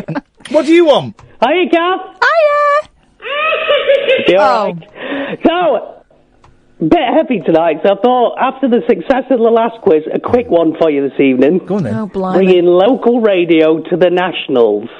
Oh, yeah. So today I heard what they do is they take celebrity voices and they make a phrase. Oh, yeah, the phrase that pays. Phrase that pays. And you have to guess the celebrities. Yeah. Okay. So, Ian, can you name these celebrities? And I've put my own Burnett twist on it. Here we go. Ready? Go on. Ian, please. You. Any guesses? Howard Hughes.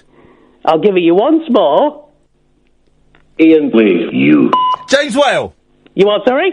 James Whale. Oh. There's three celebrities there. Oh, well, you didn't say that. Sorry, there's three celebrities. Yes. It was cut together very smoothly, but you could tell it was three different voices, Ian. I'm surprised you didn't pick up on Well, that. I just thought it was a really bad edit. She's right. Oh, right. Well, okay. Well, was one of them any of the men I said? No, I don't think so. Okay. I'll give you one. One's a radio presenter quite close to you. Paul Ross. Ian, please. You. Paul Ross. No. Go on then. Do you want them in a different order? I mean, I don't really want... You. Ian, please.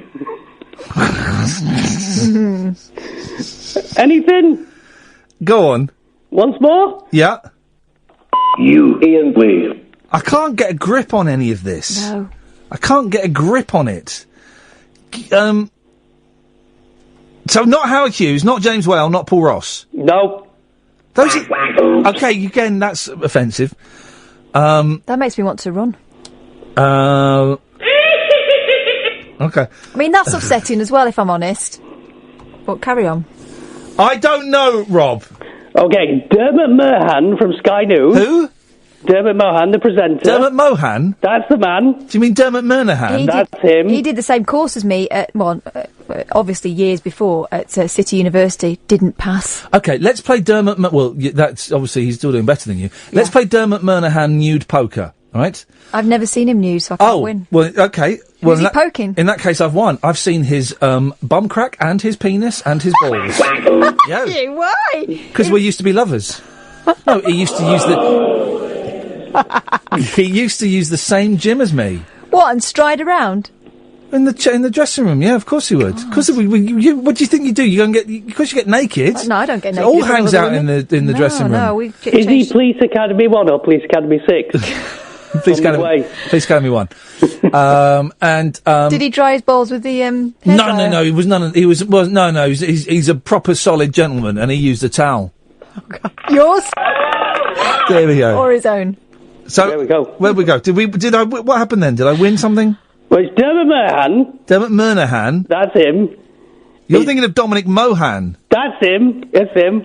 It's George Galloway. Well, is that man ever going to start working at this radio station? He's on all the posters. And I've never met him. And Tim Burton. Oh, for crying out loud! How would we have got Tim Burton? No one knows what Tim Burton. Burton's They're right there. Iain, please, you. Oh yeah, now you There say we it. go. Yeah, now you say it. Yeah, I get it. Yeah.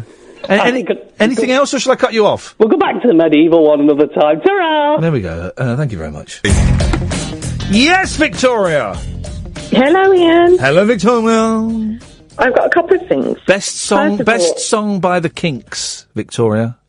Oh, I don't know. Do you not know? It's called Victoria by the Kinks. Don't you know it? Oh, if I had a song written about me. In fact, the only song that features the name Iain is Let 'Em In by Paul McCartney. And I would have thought if I had a name that was in songs, I'd know all of the songs by now. Victoria by the Kinks is easily. Hang on a minute. Let me Victoria Kinks. There we go. Let's just jump to the chorus of this. The greatest song they ever recorded. Is it sexy? Well, I don't know about that. Hang on. Here we go. It's about Queen Victoria, obviously, but here we go. Here we go. Here we go. Shh. Hang on. Here we go. Victoria was my queen.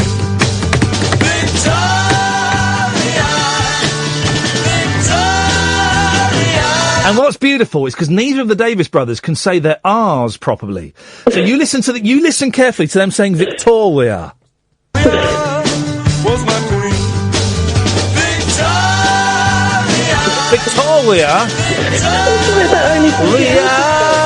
Victoria. That's a good song, Victoria by the Kinks. That's like the Only Fools and Horses sketch, do you remember? That's what? Like the Only Fools and Horses sketch. The one where he falls through the bar, or the one where they drop the chandelier? Because they're the only two ones I've seen. No, the one where he couldn't pronounce his R's.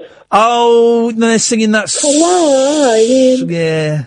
I always listen. I can see that one of my co-hosts, Julie Hartley-Brew, who's on at the mirror end of the day to me, 10 till 1 in the morning, has got herself into a little bit of bother by saying some controversial things, and some people have argued that she was involved in a... Hello? I'm here. Yeah, she was involved in a contretemps last night on Sky News with Owen Jones, who I didn't know was gay, when they were talking about the Orlando shootings, and he walked off.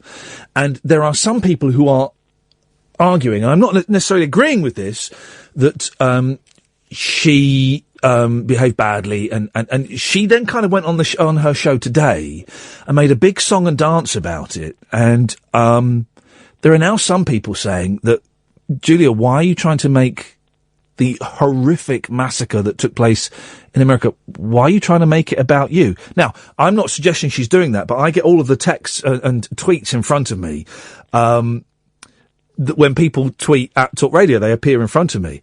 Darth Timbo, because it's all about Julia Hartley-Brewer. Another one, the winner for Best Actress in the Victim Role goes to Julia Hartley-Brewer. And I'm just, why was I telling you about that? I don't know. Well, I'm looking up to see what's being said on Twitter. That's another thing. But you're not concentrating on me. She's well worth a listen. Although, here we go. Sometimes it's better to keep your mouth shut. Sometimes it's better, and I've learnt this lesson. You know when I got the boot from the last place, right? And I'm going to say this. I don't think I've ever said this in public, right? You know when I got the boot from the BBC? Maybe you don't know. I got the boot from the BBC for standing up and having an argument with. I didn't stand up. I sat down for having an argument with a Christian lawyer about obscene views on homosexuality. I don't hate gays, Iain. I love them. That's why I want to save them from eternal damnation. That kind of stuff, right? And I called her a bigot, and the BBC booted me out. Here's the thing. Up until this weekend, right, people would say, "Oh, you're so brave. Oh, you're so brave." And here's the thing that I kept secret to my shame, right? If I'd have known I was going to get the sack for that, I wouldn't have said it. I wouldn't have said it. So I don't know if that makes me a coward, right? But if I'd have known the misery that I would endure and the shameful way in which I'd be booted out of a job that I absolutely loved, I wouldn't have said what I said. But then, this weekend, and the horrific, insanity that's rained down on this planet once again because of fundamentalism, because of religion, and because of mental health issues as well. The fella's, wasn't well. Not to detract from what he did.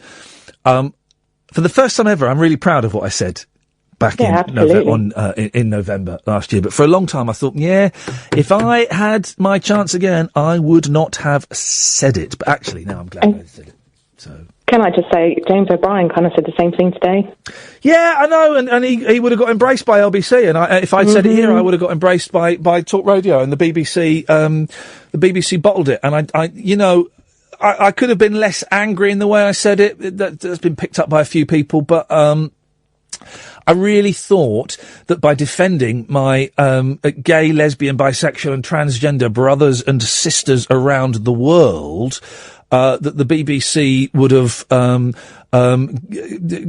carried me around the broadcasting house on their shoulders, made a crown for me, and given me a huge cake. Instead, they shafted me, and not in the good way. Anyway, go on. What did you call in for? Victoria. It's silly now. It seems so trivial. Oh, good. Gear change. Clunky gear change. That's what this show is. We don't have enough of them. Give us a clunky gear change. Well, I've got two things. Yeah. One, because we've been talking about cats and pets and stuff. Yes. I've got a bit of a confession to make. Well, have you applied for Noel Edmonds to phone your pets? No, because I've been watching Periscope on my phone. Oh, for crying out loud. I'll do it afterwards. Oh, crying out loud. Anyways, I let my husband eat a piece of chicken breast this evening that I knew my cat had mauled. Whoa! After it was eaten. Hey! After it was cooked. I ate some cake that my dog sniffed. Oh, that's worse. Well, is it worse, though? Yeah, because dogs do things. Well, cats do worse things. Cats, imagine being able to lick your own anus. Well, that's cats. That's cats every day. Well, Prince could. Yep. And the other thing is, you've driven me mad all weekend, absolutely out of my mind. My pleasure. Trying to find this skip man. Oh, this is the guy, the murder of Jill Danda. I am sure, and I forgot to look at this. I am sure I read a story about a guy who was a lord who was found in the skip at the end of the street on the day that Jill Danda was murdered, and he would have been present at two other murders. No, Iain, I have Googled every single connotation. No. Yes, even Ian Lee's weird dreams, it hasn't come up. No, there is nothing. This is the conspiracy. This is the conspiracy, right? This is what they want. They want us to forget that it happened. I swear to you, it happened. I remember that I had the clipping for ages. He called himself Lord somebody. He was found in a skip, and he was questioned by police, and he had nothing to do with it whatsoever. But he was also present at two other murders. But I've Googled all that. Mate, honestly, one day, I'm going to... one day I'm going to have that guy sat in this studio talking to me, and you can phone up and you can eat a little bit of humble pie that's been licked by a cat. How about that? Okay. Thank you very much indeed, Victoria. Ta-ta. Bye. Bye-bye. 0844 499 1000. Yes, I can see Julia Hartley-Brewer is getting abuse on Twitter. Now, what she may or may not have said, and I didn't hear it this morning, but I read the transcript of some of it. There's no point in sending her abuse. That's not a nice thing to do. You don't,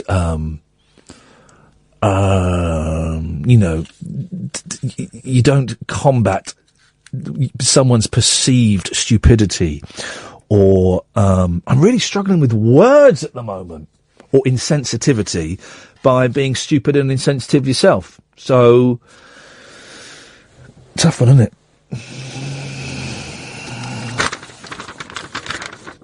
0844 499 1000 is the telephone number if you want to give us a call. But very quickly, final point on that Julia Hartley-Brewer thing. I find it amazing that anybody is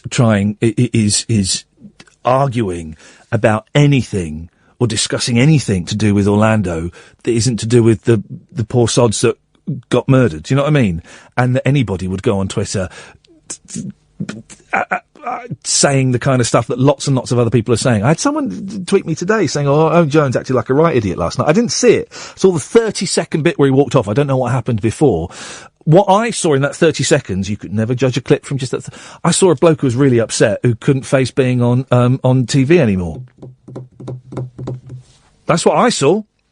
That's what I saw when Owen Jones walked off. I saw a bloke who was really upset and didn't want to be there anymore. Fair play. I wish more people would walk off TV shows. Edmonds in his thing says he wished he'd walked off this morning the other day. Should have done it.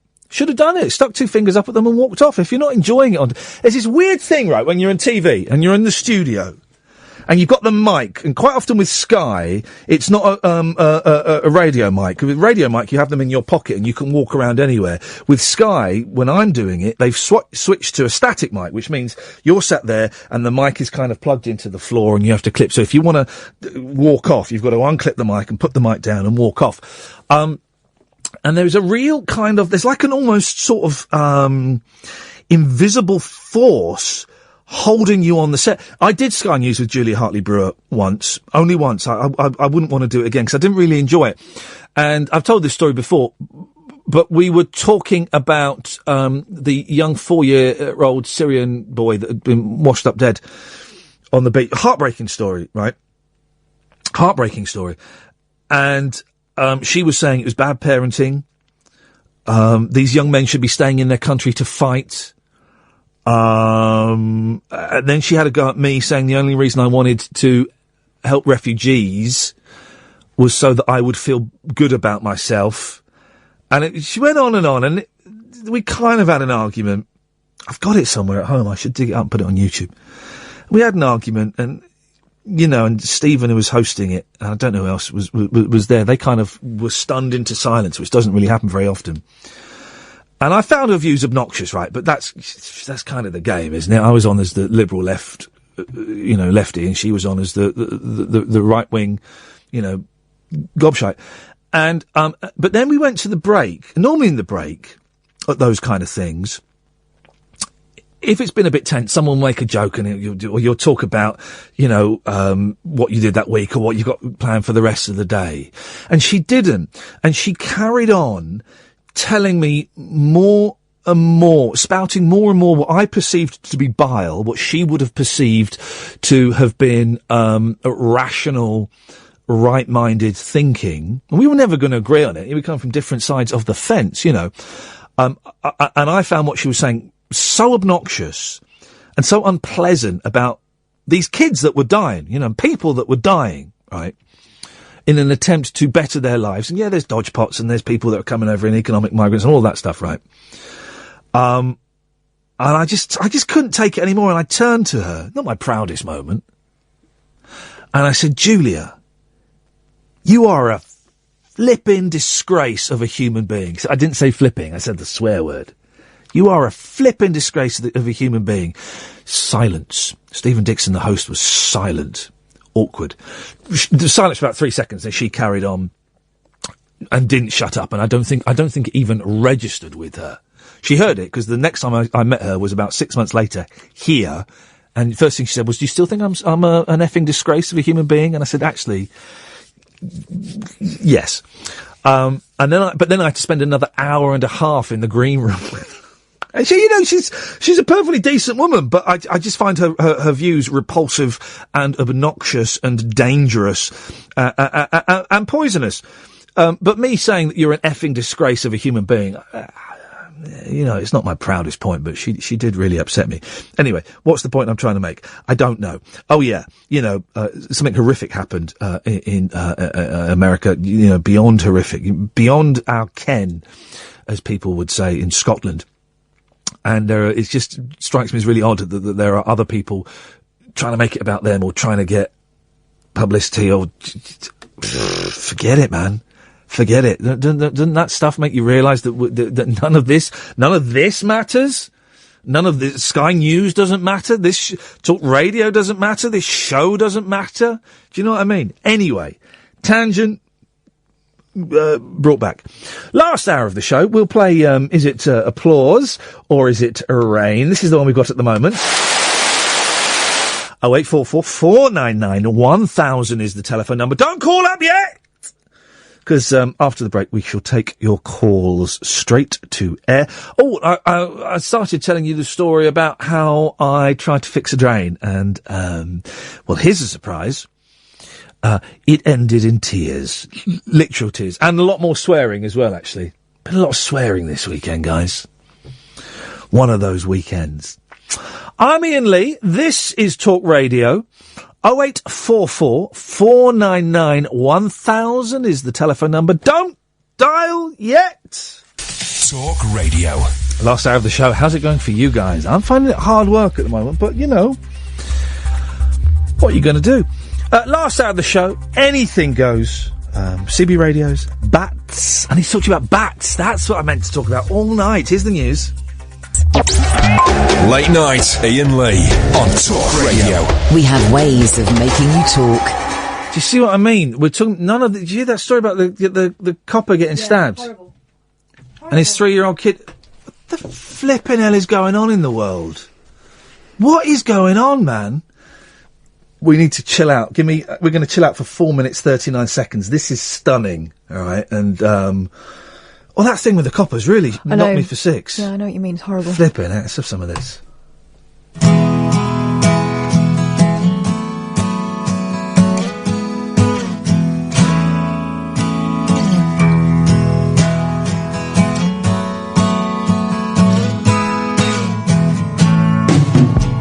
Sunrise doesn't last all morning.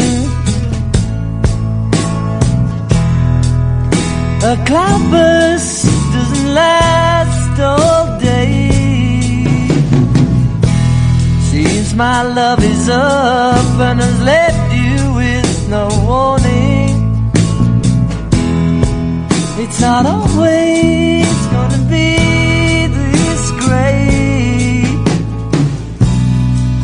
All things must pass. All things must pass away.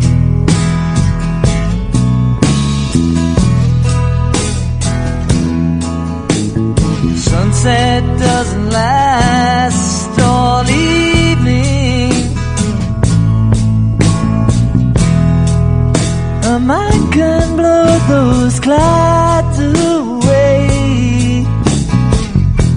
After all this, my love is up and must be leaving. It's not always gonna be this great. All things must pass. All things must pass away.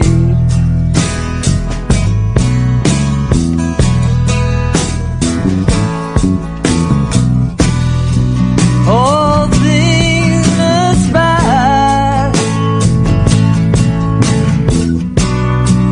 None like strings can last.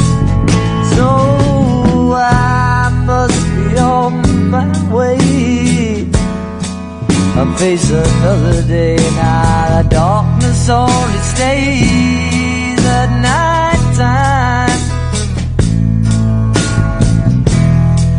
In the morning it will fade away. Daylight is good at arriving at the right time. It's not always gonna be this great. All things must pass. All things must pass away. All things must pass. Not a life strings can last. So I must be on my way. Face another day. Now the darkness only stays at night time. In the morning it will fade away. Daylight is good at arriving at the right time. It's not always gonna be this great. All things must pass. All things must pass away. All things must pass. All things must pass away.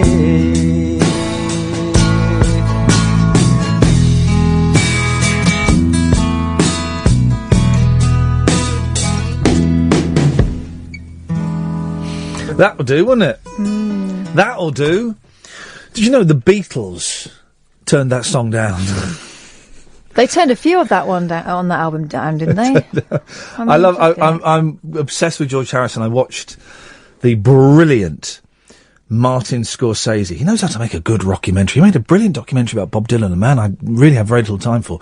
But the documentary was fantastic. And the brilliant, it's like 4 hours long.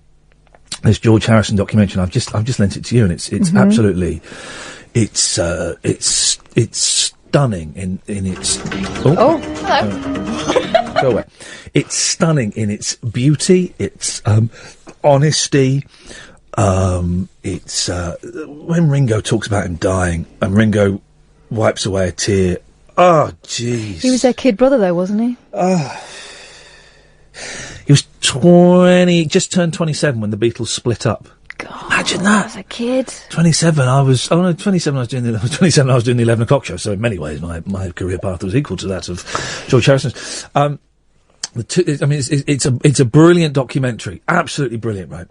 The bit when, Ringo talks about him dying, the last time he sees him is just heartbreaking. And also I first saw it in a screening, right, a press screening, when it first came out, I don't know, 7-8 years ago. I was sat 5 seats away from Bob Harris, remember? And there's a bit, do you remember when someone broke into his house, a nut job broke into his house and tried to kill him? Didn't they say that sort of set him on a path to... Well, he just, you're seeing the thing, but yeah, he just recovered from cancer, Yeah. but they're convinced that he got cancer again. They're convinced that, because he gets really badly, he nearly died. Didn't he get hit over the head a lot? He got stabbed. God. Stabbed several times. And, his wife, Olivia, you watch it, it's brilliant, because they heard someone break into the house, right, in the middle of the night, it's a massive mansion, Friary Park. And she locked the bedroom door, and he said, "What you locked the bedroom door for?" She said, "Well, I don't want him to get in." He said, "No, I've got, your mum's upstairs. I'm going to go down and see I'll go and talk to them." Oh, God. And he went, and this guy, oh, it's terrifying. I will tell you, it's not a spoiler, because, he shouts down over the balcony, "What do you want?" And the guy shouts, "You know what I want." And he comes up, and they have a fight.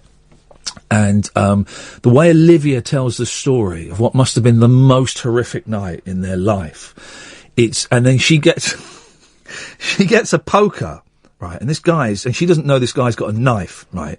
And she just thinks he's sat on him, punching him, but he's stabbing him in the chest. Oh. And she said, she's American, I think, and she says, my dad always taught me with a baseball bat, follow through. So I've got this poker, and all I'm thinking is, I've got to follow through. And she smacks him in the face. And when she tells that, there was a cheer in this viewing theatre from everybody, because she was she's quite a slight woman, you know. But if she hadn't done that... Yeah. And the weirdest thing is, right, he wept. George Harrison wept because he didn't die, right? Because his whole life, he's spiritual and all this stuff, his whole life was him, apart from the cocaine and the sex and the music, was his spiritual life was him training to die, was building up to death, and he kind of thought he was gonna, and then he didn't, and he tells, I think it's Ringo, tells a joke, maybe it's Olivia, I don't know, but as they're leaving the house and stretchers, right, and he's been stabbed about 8 times in the chest, there are 2 new members of staff there, and he says something to them, how are you enjoying the new job? As he gets carted out. It's amazing. It's such a good film. It's so sad. I mean, how old was George Harrison when he died? I'm going to say... Early 60s? I'm going to say 57. He died 2001. Because I remember it's the same year as 9/11. I went down to Abbey Road and watched a load of Germans smoking a joint. And I kind of wish I'd joined in, do you know what I mean? I thought, I kind of was on the periphery. I wish I'd gone and joined in with those guys. Let me find out how old... Well, while we're waiting, we've got a call here. Let's go to line 1. Yes, line 1. Hi, Ian, it's Nelson from the Norfolk. Hey, Nelson, how you doing, man? Every time I fall for that. Every time I fall for that. I'm going to say George Harrison was 57 when he died. 58. Wow. 58. Nothing. It's nothing, is it? That's younger than my dad. Nothing.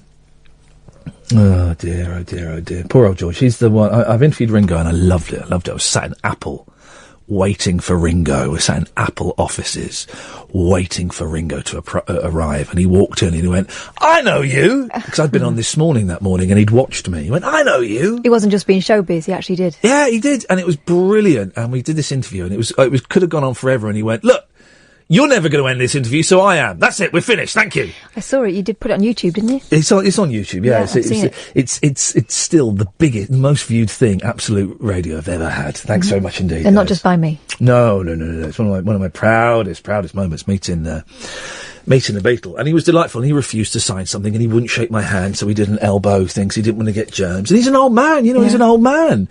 And Ringo nearly died when he was a kid. Ringo, I think did he have tuberculosis or something as a kid, and he had to go. They would send people away. Yeah, send them out to be exposed, didn't they? Go and sit on windy cliffs. Yeah, what do they? Sanitariums. Sanitariums. Yeah. He was supposed to, died as a kid and stuff. And he was this kid's not well. What should we do? Oh, let's just wheel him out and leave him outside. But this George Harrison documentary, I mean, it really is. It was beautiful. Ringo winked at me once. Did he? Yeah. I saw him at the Chelsea Flower Shows with Barbara. Yeah. She's an amazing looking woman. Yeah, Have you seen her in real life? No. She's just, I mean, I don't know if she's had work done, but you can't tell. She just looks like she's just flawless. He told my dad to F off once. Okay, you win. My dad was working for BBC. It was in the 80s when he was a boozer. The Ringo, not my dad. Although my dad may have been there, I don't know. But he was a boozer, and he was, lots of cocaine and all the blackouts and stuff like that. And my dad he was at some do. I got him to tell me this story again just before he died. He was at some do, and he was there with the BBC, and he had to go up to him and say, Ringo, could we just get 30-second interview with him? And he went, no, I'm not interested. And he said, we can give you 400 quid for 30 seconds. And Ringo went, look, F off, I spend more than that on fags in a week. Fair enough. That's anyway, all right, fair play. So but I think Ringo's the most famous person I've ever seen in real life, apart from actual Stringy.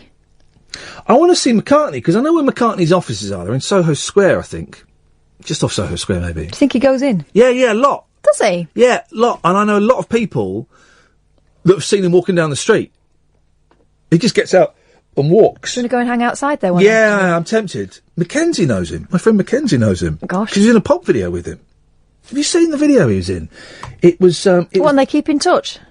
They did for a bit, yeah. McCartney would phone him up and invite him out for dinner and stuff. What was the song? It wasn't one of the best. Are you doing the actions? Here we go. Look at this. I don't know. It's not one of his best songs, but is it? But let's have a look. Hang on a minute. Here we go. Oh, that one. There you go. This is a place. I bet he's got peacocks. They always have peacocks, these sorts of people. It's all very well. Mackenzie, look! Places in the country, but some muggins has got to deliver the post, didn't they? Better get a cup of tea out of it, that's all I can say.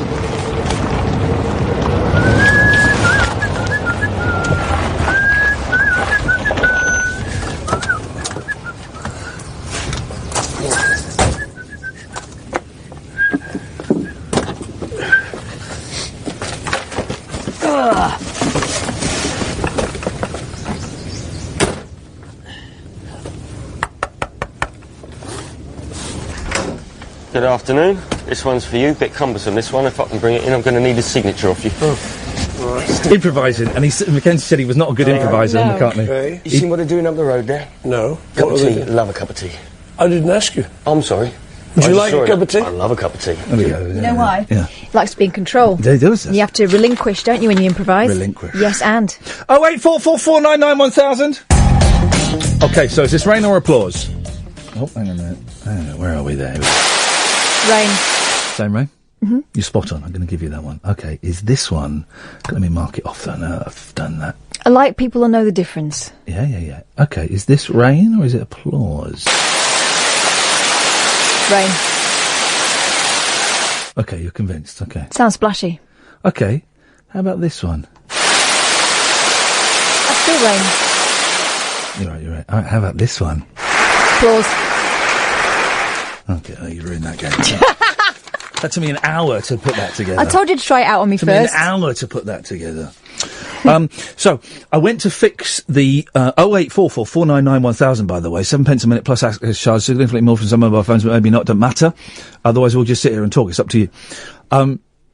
So I climbed up the ladder, put my hand in the drain, I saw that there was some detritus and a little bit of water came out. I thought, right, I can fix this.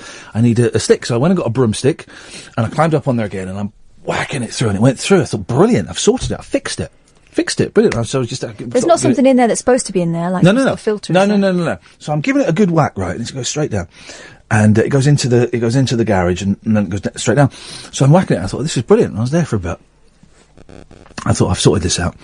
Then I went into the garage and I'd knocked the whole drainage system away. So all of the water was pouring through this hole, and the garage, it was literally 2 inches deep water. And so I opened the garage, I'm thinking quick. Yeah, you've got to. Opened the garage door, and there was nothing else I could do. I had to stand underneath it and try and put the tube back up there. Turns out the tube didn't go straight down. I'm convinced of it. It went down and then went round like that. And so I just whacked it out. So I had to stand underneath it. And it's all this water. Imagine all this water coming through this massive hole. I was soaked, literally soaked. And I was trying to hold the thing up there.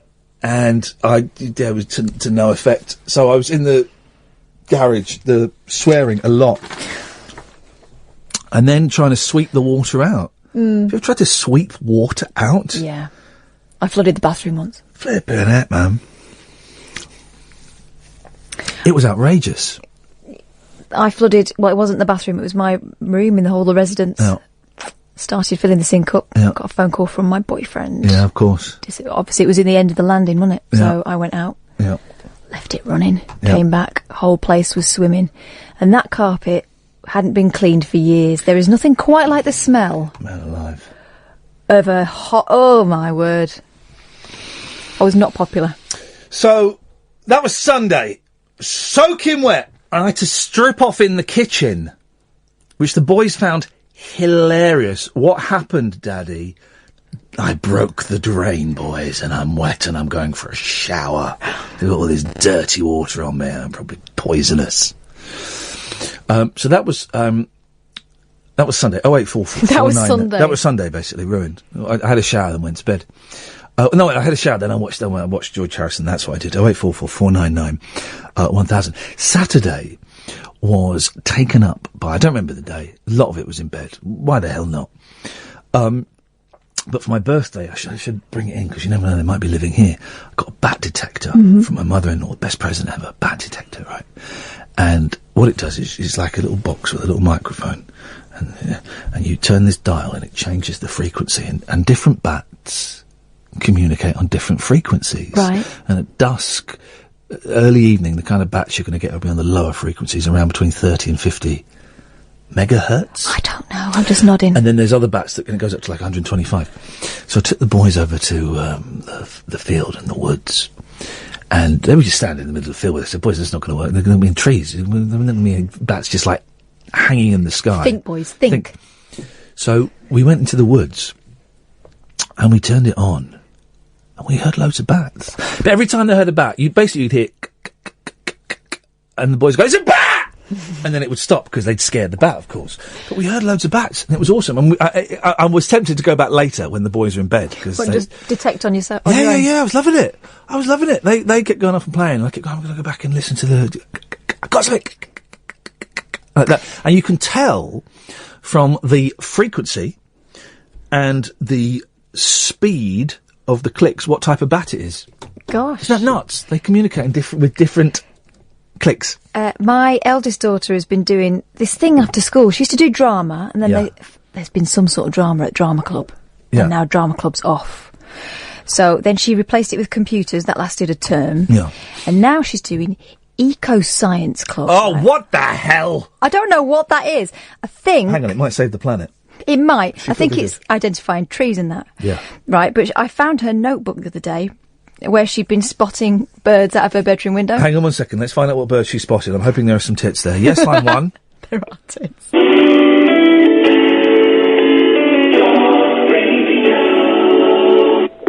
Thank you. Carry on. 1 wood pigeon. Yeah. 2 male blackbirds. Aren't wood pigeons just the most boring bird of all? They're massive, but when we first moved to down south, we'd never seen wood pigeons before. Right? What happened to sparrows? We've still got some. I haven't seen a sparrow for years. They're not as common as they used to be, are they? When I was a kid, the sparrows, all the sparrows everywhere. Sparrows. And now, you don't really see sparrows anymore. Wood pigeons, loads. Yeah. When we first moved to the countryside, I mean, where I live isn't the countryside, but it was more countryside than we were used to. My dad was really taken with the wood pigeons. He said they were as big as chickens. And... Well, they sound like... quite often they sound like cuckoos. Yeah. Well... They do? No, that's more of a... Or is it... Yeah, but they make that kind of noise. They do make that kind of noise. No, they don't. I've never heard them make that noise at all. Anyway, let me go back to the list. Yeah. 2 male blackbirds, 1 sparrow, just the one. Yeah. 2 pigeons. Yeah. 1 female blackbird. Okay. Now I think she might be just, like, How making does she it know up. it's female? You can't see a bird's vagina. Blackbirds. A female blackbird is brown. Okay. All right. Fair play. I did not know that. You haven't got the bumper book of birds like she has. No. 1 missel thrush. I've got a bumper book of birds, but I suspect it's a slightly different one. 1 small blackbird, female. Yeah. 1 marsh tit. Why is it called a blackbird then? Because the male... Have you got your phone on in here? No, I haven't got my phone. I keep getting the phone signal. I keep getting a... Yeah, that's the phone signal It's not sound. me. 1 marsh tit. She's just making this up now. 3 wrens, 1 stock down. Named after the Jodie Marsh, of course. And then she writes, bonus, a blackbird pooed really close to my window. Bonus. Someone's tweeted me, Ian, does this box that detects bats also tackle cancer? Probably if you wish hard enough. Yeah. If you've got a positive attitude, mate, then yes, it will. All right? Just get over yourself. I hope you've all registered on Noel.world. I haven't got any pets, but maybe I'll do it anyway. Yeah, just, I gave them the answer phone number, so... Fingers crossed. We'll see. Life is cyclical for me, right? 0844 499 1000. I don't know why you've gone shy.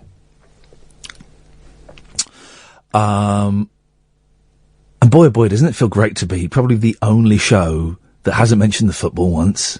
Well, you just did it. Well, apart from that. But just flipping football. I thought the other day, right, when the England match was on, I was watching on Twitter, and I don't follow anybody apart from 12 people, 13 people. And one of them was Danny Baker, and one of them was my mate Scott, and they were banging on about how exciting the football was, right? They love it, don't they? And everyone had gone to bed, and I thought, I might as well. England playing really well. I thought, I'll watch it, see if I can feel something. Yeah. So it was the second half. Now, can you not do that because you're blind? No.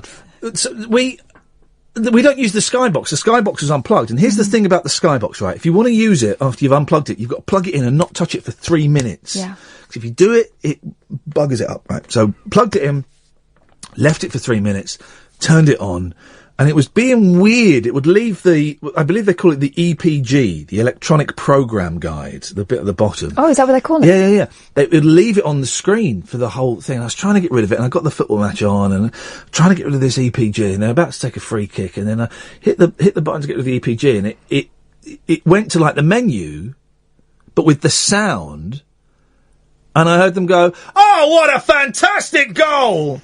And I'm going, flipping Sting, I couldn't get it back. It took me like another 30 seconds to get back to the picture, so I missed the goal. And I was watching it, and then it sounded like a bomb went off. Do you know the bit where it sounded like a bomb went off? I don't watch football. It sounded like a bomb went off. And then I just thought, I don't get it. And then then the Russians scored, and I texted Scott, "Goal!" And he went, "That's not funny." And it turns out that was a bad result for England. Oh. It was boring. That's all I'm going to watch of it. It was very, very, and then so I turned it off, and I started playing Xbox. Halo Wars, backwards compatible. Got it for Xbox 360, but bought it for £8 in Computer Exchange. Bargain. But you can play it on Xbox One, and it's used to be my favourite game. Right, it's been my favourite game. It's like war strategy, right? And it's not a game, then, is it? No. It's a game. It's a way of life. And I was obsessed with this about 6 years ago. Just could not stop playing it. Right. But it's a really old game, and so I bought it, and they've just made it so you can play it on the Xbox One, because it was an old game. And I bought it, and I thought, well, no one's playing it, and I would go in and sit in like the lobby, they call it, for like 15, 20 minutes, waiting for someone to come and join me, and no one would come and join me. You were sitting in 1998, that's why. And I would keep going back into the lobby, like every, and no, I said, that's a waste of £8. No one's going to play me. And then on Saturday, I realised that when you're sat in the lobby, you've got to press the OK button. So to say that you're ready. And I'd forgotten to do that. Oh, you plum. So then I'm playing it. Okay. And I'm in. Were there other people then? Yeah, there's loads of people. Loads of people. I wasted my time. Loads of people went out. And the first game I got mullered. All right. And then the second game it started coming back. Third game, unbeatable. You're in. Unbeatable. Mm-hmm. Unbeatable. Boo, boo, boo. Anyway, but then it said then I was looked on Twitter as I was waiting in the lobby for this, someone to come and join me. That it was all kicking off at the football. I thought, now you're interested. I'm interested in that. Mm-hmm. I'll have some of that. Not in a gratuitous. Well, I guess in a gratuitous way. You were interested. You're in a newsy way. There we go. It gets me out of the thing. That stops me becoming another Julia Hartley Brewer. And so then it took me ages to get the telly back on. Which it'll go up to Channel 6. That's where Sky is, and you'll get Sky on, and the EPG was still there. And it was just Iain right talking, and there was no footage. They didn't show a lot of it. No. Am I right in thinking they didn't put the cameras on it? They didn't put the cameras on it.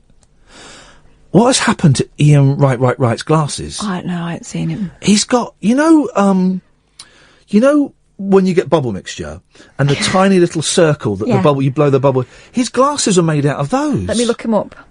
We'll have a quick break, and you look up Iain Right. Doesn't it? It looks like It does, though, yeah. The thing that you blow. Oh, wait, 4991000. He looks like Howard from the Halifax. Feel free to. That's a bit racist. Why? Just because he's a black man.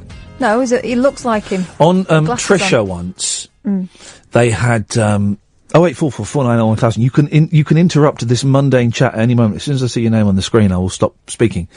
They had make dreams come true for like sick kiddies and stuff like that. And they had this kiddie on, or this woman on, who was dying. I don't know what the problem was. And they were like reuniting lost families and all this stuff. And they had this woman on. I think she was dying, right? And Trisha said, "What is your wish, your dying wish?" And she said, "My dying wish is to meet Howard from the Halifax." Oh no! Right, and Trisha went, "Well, if Howard's watching, this is the phone number." They put the phone number on the screen. If Howard's watching, this is the phone number. Howard, get in touch and we can put you in touch with Margaret and That would be great. Margaret, thanks very much. If you walk off that way, Margaret walked off that way, and of course, Howard comes He's round. got no else to do, has he? He's got no else to do, is he? And and it really was. Imagine if you're like dying, like the one thing you need to do before you die is meet Howard from the Halifax adverts. How miserable must your life be? I don't want to be rude about how full? Maybe you've met everyone else. Maybe it's his turn. I wonder if that's on YouTube. My dying wish is to be reunited with that clip of. Oh, and I'm reminded, right? Trisha Howard Halifax ad. Imagine if this was. What happened to him? They fired him off, didn't they? They started getting everyone in on the act. Here we go.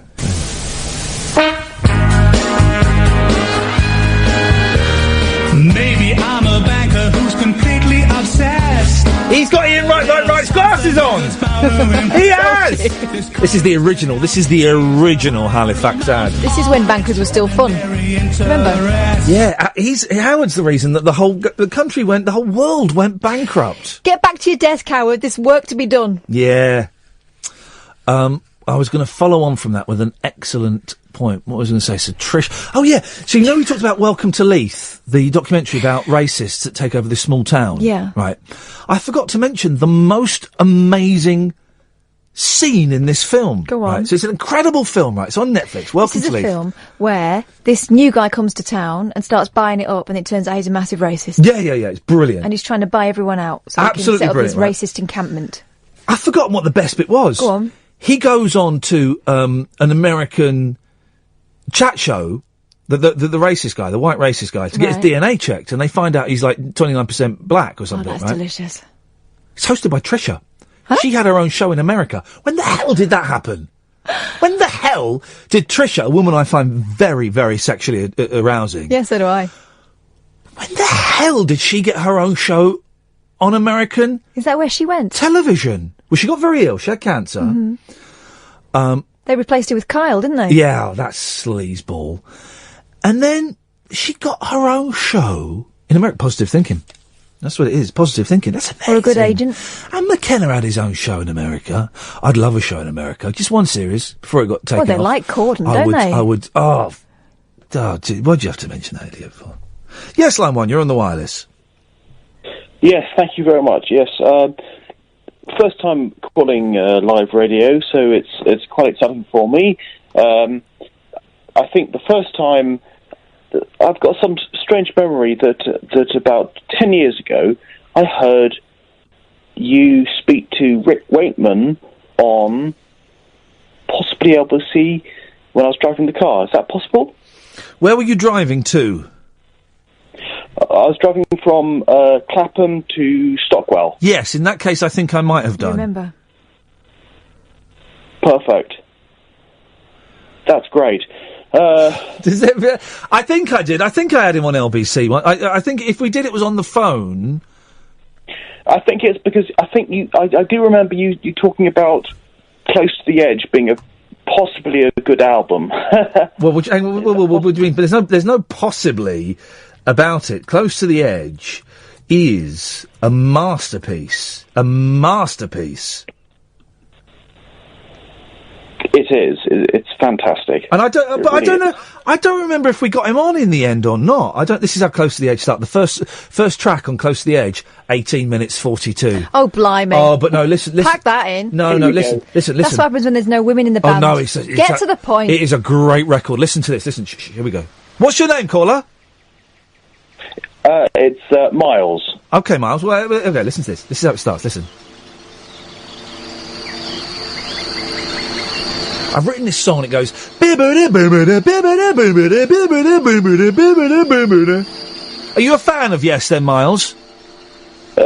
Possibly, yes. Okay, you've been keeping your cards very close to your chest and I appreciate that. Thank you, Miles. Okay, cool. Cool. Okay. Successful call. Yeah, well, I mean, fair play, Miles. Thank you. Here we go. Listen to this. This is great. This is great. Tempted to end the show with this. How long is it? 18 minutes.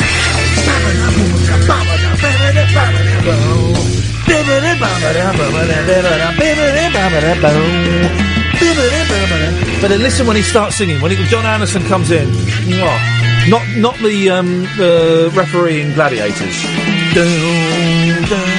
Then it's got the best keyboard solo, the most pretentious keyboard solo. Here we go.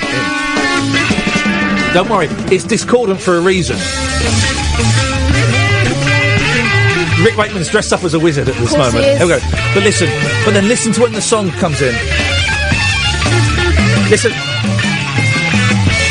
Wait. Hang on, here it comes. Ready?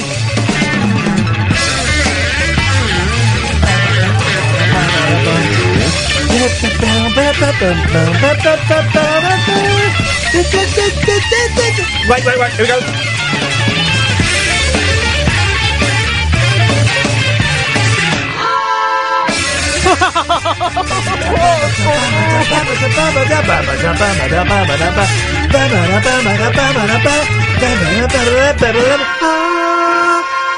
There we go. Boom, cha, boom, cha. Wait. Honestly, the discordance is what makes the beautiful melody all the more beautiful. Here we go. Oh, I'm listening to this on the way home. Oh, God. Here we go. You won't fall asleep. Here it comes. Brian Byrne. Here we go. Yeah, it is. Here we go.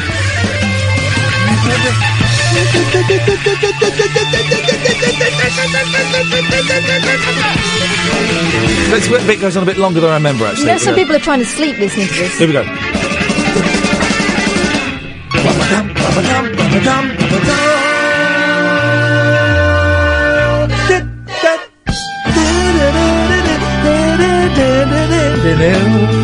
Listen to this though.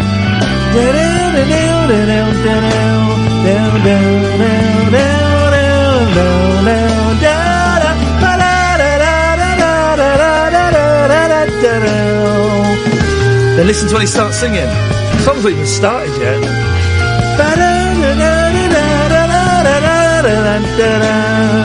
Here we go. You ready? It goes on for a lot longer than I remember. Yeah, really long. Here we go. Oh. Here comes the song. Here comes the song proper. There's a tune.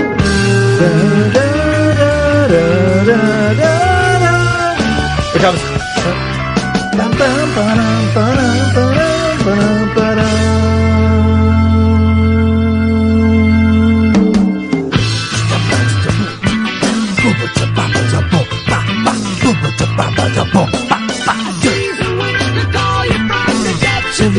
I don't know the words. But listen, this is the bit.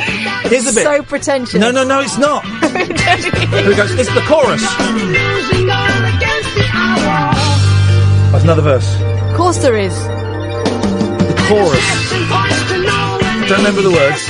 We'll have the chorus, then we're going to jump to the end? No, the pretentious keyboard solo. What? More pretentious than this. Here we go. Chorus. To the edge, down by the water.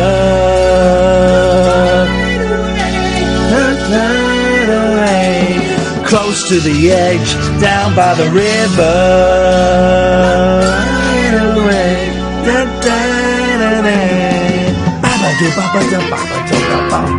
All right.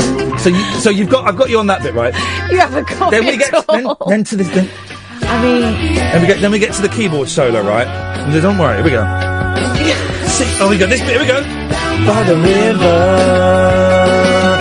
seasons will pass me by. I get up, I get down.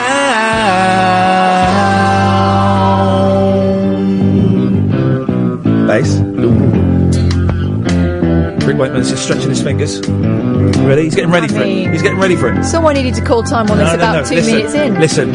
He's just warming up. He's checking his keyboard works.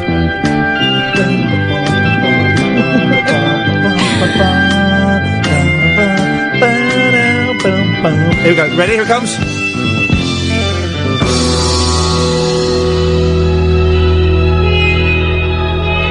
This is amazing. All right. Here we go.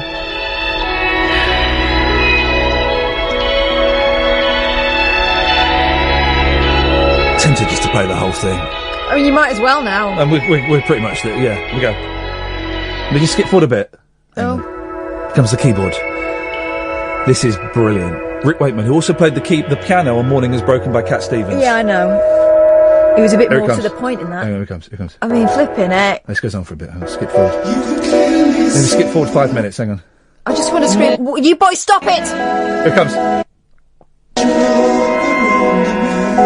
The truth is written. There we go. Keyboard solo. Get up, I get down.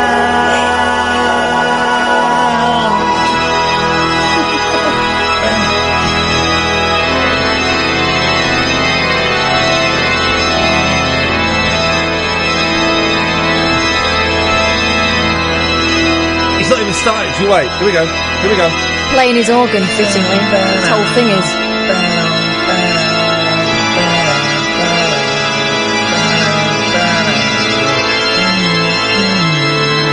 Here we go. Here it comes. Here we goes.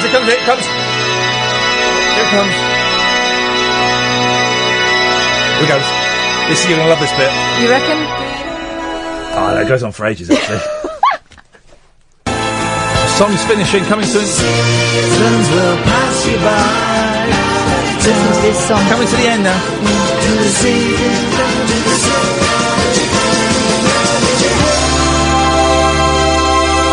Seasons will pass you by. I get up, I get down. I get up, I get down. I get up, I get down.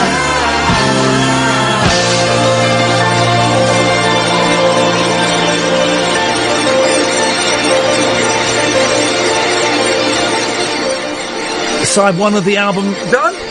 Turn side 2, skin up another. That's how. That's the 70s. Oh, that might make it better. That was the 70s. Side 2.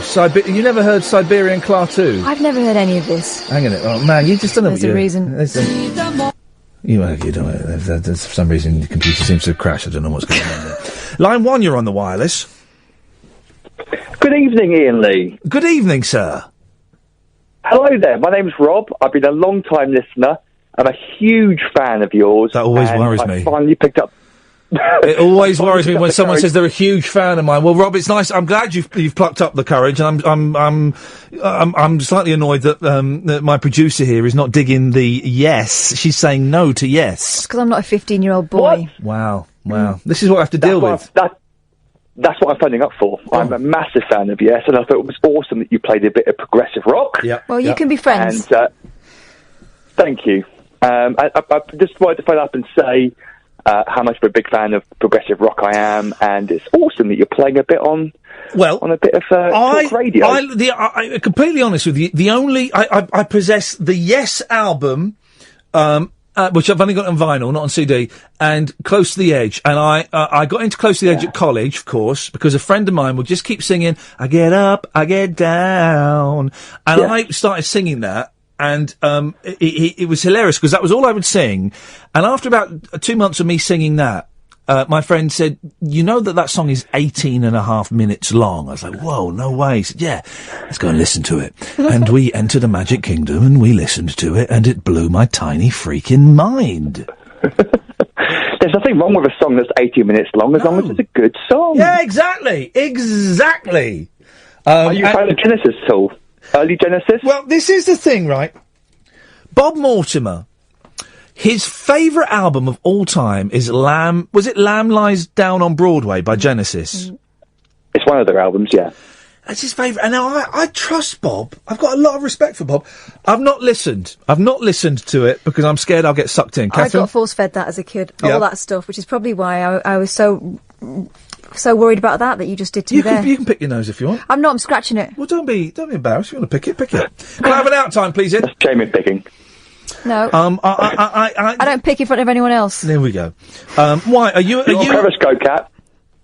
Oh, he's calling you cat. He's getting familiar. First call. Sorry. No, hey, don't apologise. It shows you take your shoes off, mate. Come on, sit down, relax, loosen your belt. I feel like I know you guys. I've been watching you on Periscope for the last few weeks. I've been following you, Ian, for since the beginning, really. LBC days. I think that was the beginning. Well, there was XFM before that. There was XFM before that. Doesn't count that. You don't need to count. I got the podcast on YouTube that I listen to, so yeah, I'm going back a little bit now. But yeah, I've been a massive fan of yours for many years. So I feel like I know you guys. It's awesome. Well, in many ways, you do know us, guys. In many ways, you do. Can I ask you a quick question, Ian? Yeah, of course you can. I bottle this phone call and never call you again. Yeah, don't you worry about that, fella. You're doing great. Yeah, of course. Go on. Who is your favourite drummer of all time? And please don't say Ringo Starr. Well, that because he's a good drummer, but it's too obvious. Well, no. Okay, who is my favourite? It's not Keith Moon, because I bet Keith Moon was a right pain in the backside. I bet he was really not the most technical drummer. No, I don't. But just all that running around, driving Rolls Royces into swimming pools and drugs and chucking TVs out of windows. I hated all of that. Absolutely would have hated it. Who is my favourite drummer? Well, I suppose I'm not allowed to say Mickey Dolenz, am I? Well, the Monkees are okay. Well, yes, Gene Krupa again. Gene Krupa. Gene Krupa. Let's get with it. Gene Krupa. Yeah, good choice. He's good. I like the one where he's walking around in the basement and he's playing drums and all the pipes and stuff. I like that. Oh, that's cool. What about Buddy Rich though? Same sort of era. Man alive, yeah. Which is the one I've got? Which one of them have I got a bootleg recording of them rollicking their band on a tour bus? I think it's Buddy Rich. Oh, that's right, Buddy Rich, yes. He had a right go at his fellow bandmates, giving them all the grief in the world. It's a great bootleg. Hey, listen, we've got to end the show. Thank you so much for calling, man. Thank you, Ian. Tatty bye. Check out Buddy Rich rollicking his great bootlegs of our time, and maybe we'll talk about this tomorrow. Buddy Rich telling off his bandmates on a bus, and, of course, the Trog. You've heard the Trogs tape, haven't you? No. You've never heard the Trogs tape? No, what? It goes ba-da-da, ba-da-da, ba-da-da! I'll play you that tomorrow. Right, we're going with this. Ta-ta, bye-bye. Molesters of children, corrupters of youth. Is there in the paper? It must be the truth. Try and sing if you're glad to be gay. Sing if you're happy that way. Hey, sing if you're glad to be gay. Sing if you're happy that way. Don't try to kid us that if you're discreet, you're perfectly safe as you walk down the street. You don't have to mince or make picture remarks to get beaten unconscious and left in the dark. I had a friend who was gentle and short. He was lonely one evening, he went for a walk. Queer bashers caught him, kicked in his teeth.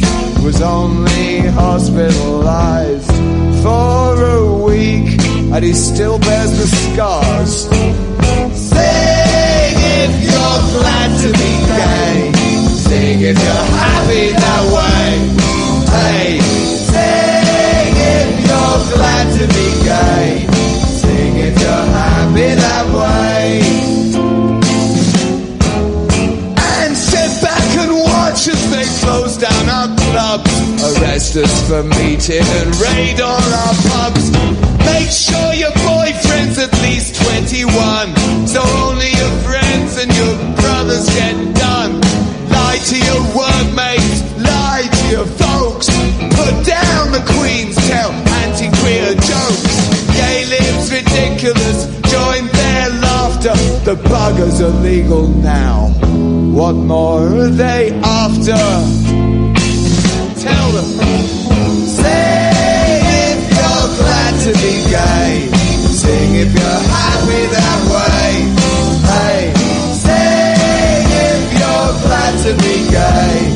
Sing if you're happy that way. Sing if you're glad to be gay. Sing if you're happy that way. Hey, sing if you're glad to be gay. Sing if you're happy this way.